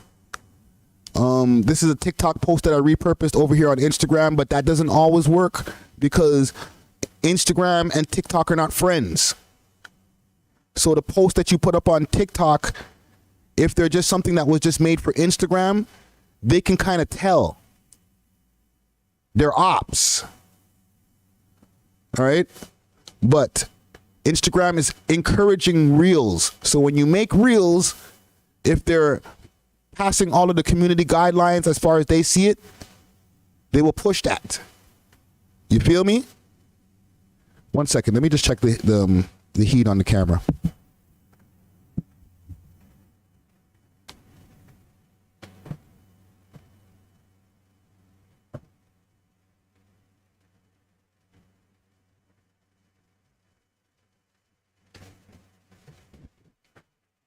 Sorry. I've been streaming with this camera for almost 2 hours, so I'm trying to make sure that shit don't overheat on a nigga, you know what I'm saying? But it's working fine. Sony A6600 link up. So this post right here was at 1 million, maybe about 5 days ago. And I posted it up on May 29th. We're on the 14th right now. And we're at 6.5 million. Proof that people love fuckery.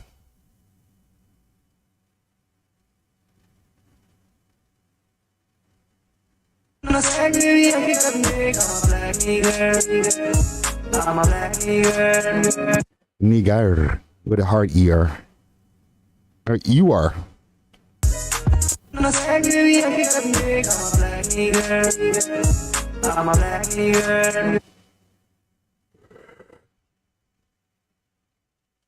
do you think this post is getting so much traction? This is what I want to know from the comment gang. Because from when it hit 1 million,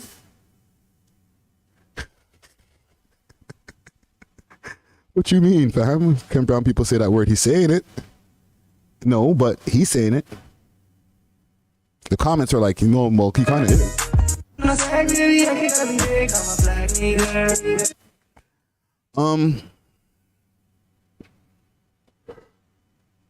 From the 29th, and it hit, I think June 1st, maybe about June 4th, it hit 1 million. No, later than that. Maybe about June 8th, it hit 1 million. And I was like, whoa. She hit 1 million? What the fuck? And then since then, it did another 5. It does probably about 1 million a day right now. Right? Maybe like 1.2 million a day. So this would be considered viral. Not Toronto viral. Not, you know, a little bit viral. Like this is viral. I'm estimating that it's going to probably hit about 10 million and then start to wean. This music video at the same time, from what I've been told, has been removed off of YouTube.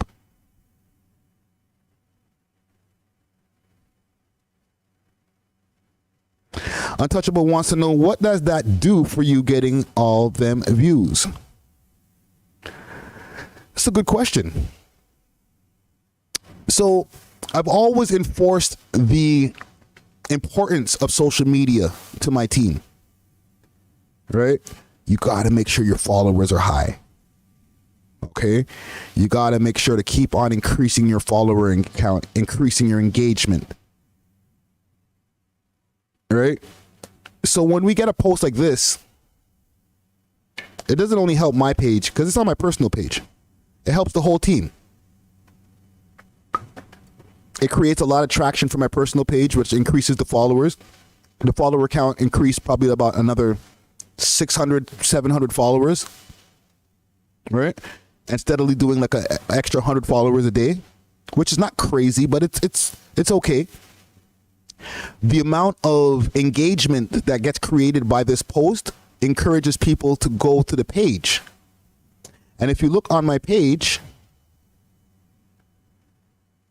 as you should, Google,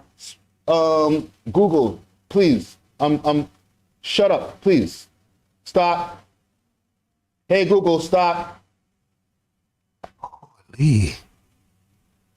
If you look on my page, as you should, there's a link in the bio.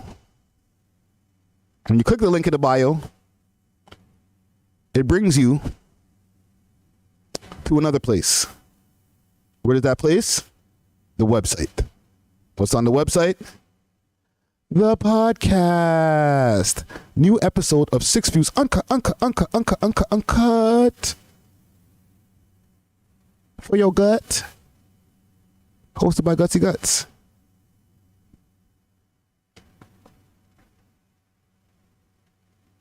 All right, audio.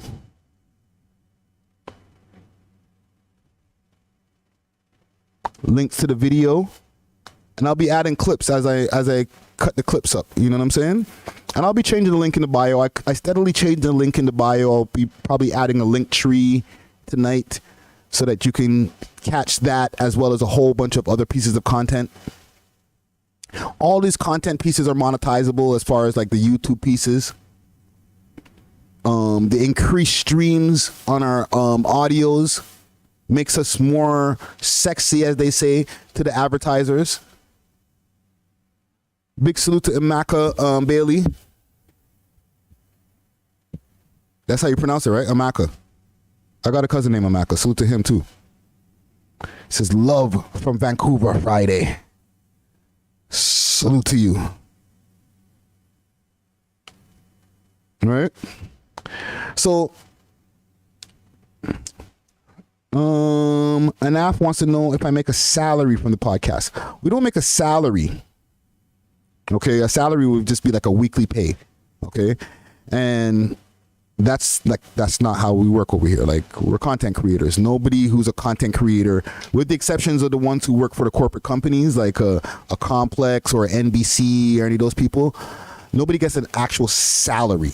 You get paid when, you know, monthly from the YouTube, from different promotions that we do, from sponsorships, and then there's a lot of free shit. You know what I'm saying? And that increases as things like this happen, where we get more and more and more traction on the different pages that we control. You know what I'm saying? One thing, the value of having a booming Instagram page, and this is something that used to be way more true before, it helps to increase the traction on all the different social media platforms that you're trying to work with. Specifically when you're trying to push something on YouTube, or you're trying to push an audio like a podcast, or both. Right? Or if you're a rapper and you're trying to increase your streams on your music, on whatever different listening platforms that you have, and like if you had viral Instagram posts, then automatically your stream should go up. These days, that doesn't necessarily ring as true. It rings more true when you're on TikTok. Okay, you get a viral post on TikTok, that will increase the streams of the different things that you have going on in different platforms.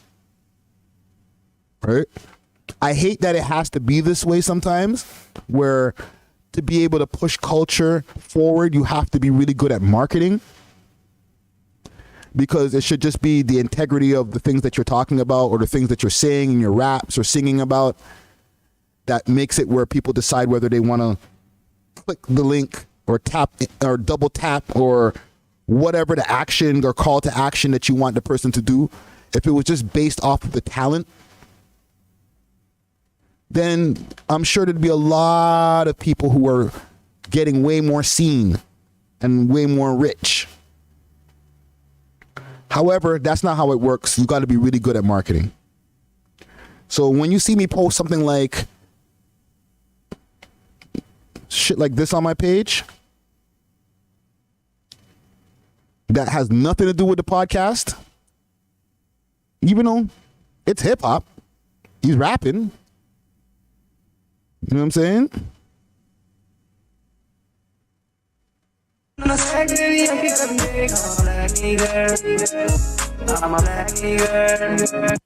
Right? He went into the booth. He put it down in the booth. It is hip hop, but it's high level fuckery. What do y'all think about him saying the word nigga? Like, he can't say it, right? But Tekashi can say it.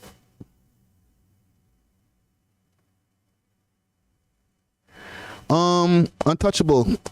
The YouTube is blocking the comment, but no, I don't let Indian people call me nigga. However, it doesn't mean that it hasn't happened before, and not in a derogatory way, right? There's rappers out here who use the word freely. Y'all talked about Roadrunner, who doesn't use it anymore, but we had a conversation with him about it in our first interview. Salute to PK Herc. He brought it up. Hit him with the question. Well, you say the N-word a lot in your raps. Like, you know, you think that it's okay for you to say that? And since that interview, he stopped saying it. It happened a few times in a couple of his tunes, but like for the most part, you don't really hear Roadrunner say nigga in his shit. Same with Nav. Nav, as soon as he started blowing up in the States, man, them were like, whoa. You said what? And he cut that immediately, as well as Belly. So they check them on it. They now ask Fat Joe about that stuff, and he's like, yo, I'm Cuban, son. I'm Cuban, B. I'm more black than a lot of these niggas out here, son. I'm Joey Crack. But he kind of toned it down too.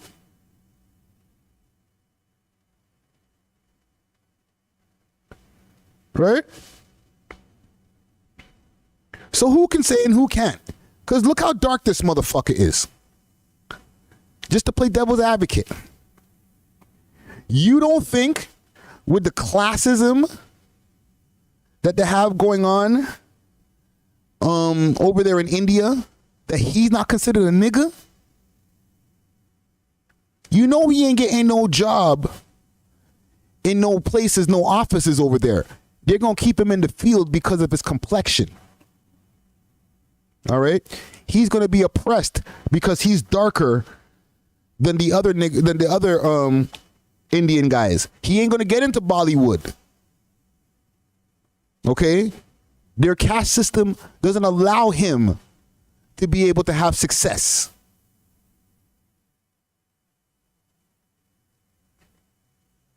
So he may feel that way. He's not. But are we?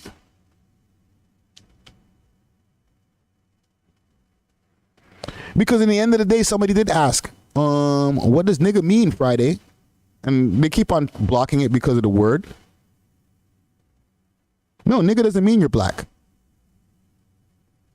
if you want to get technical with it, nigga means ignorant person. Okay?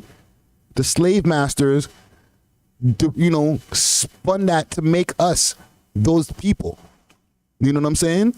We're eventually, you know what I'm saying? They kept on calling us that until we started calling ourselves that. So when it comes to this, I'm not really mad at the whole him calling himself that or whatever. That's whatever. The whole world has been fucked up at this point where you got white kids who are calling each other nigga. I'm not saying that it's cool, but I got bigger fish to fry than motherfuckers calling each other nigga. You know what I'm saying?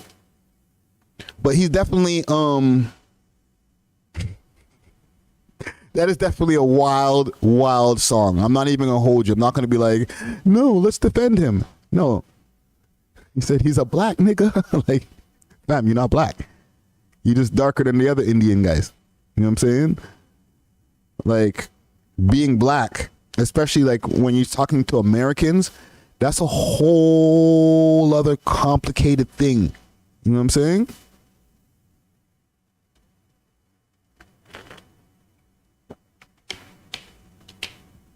That we won't get into today. But yes, listen, I want to try to tap in with y'all again before the end of the week. Okay? I apologize that we've been kind of slacking on the lives. We've been trying to increase the content amount that's been going up on the channel. Make sure to tap into the Clips channel. We're almost at 1,000 subscribers at the Clips channel. We're like 10 subscribers away.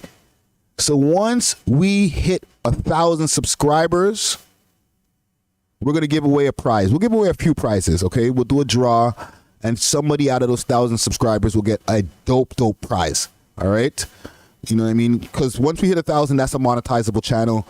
If we're going to get something, we're going to give back to the people, them. Common gang strong, all right? Y'all make sure to tap in and make sure to hit that like on the way out. Thank you for tapping into the stream. I'm off this.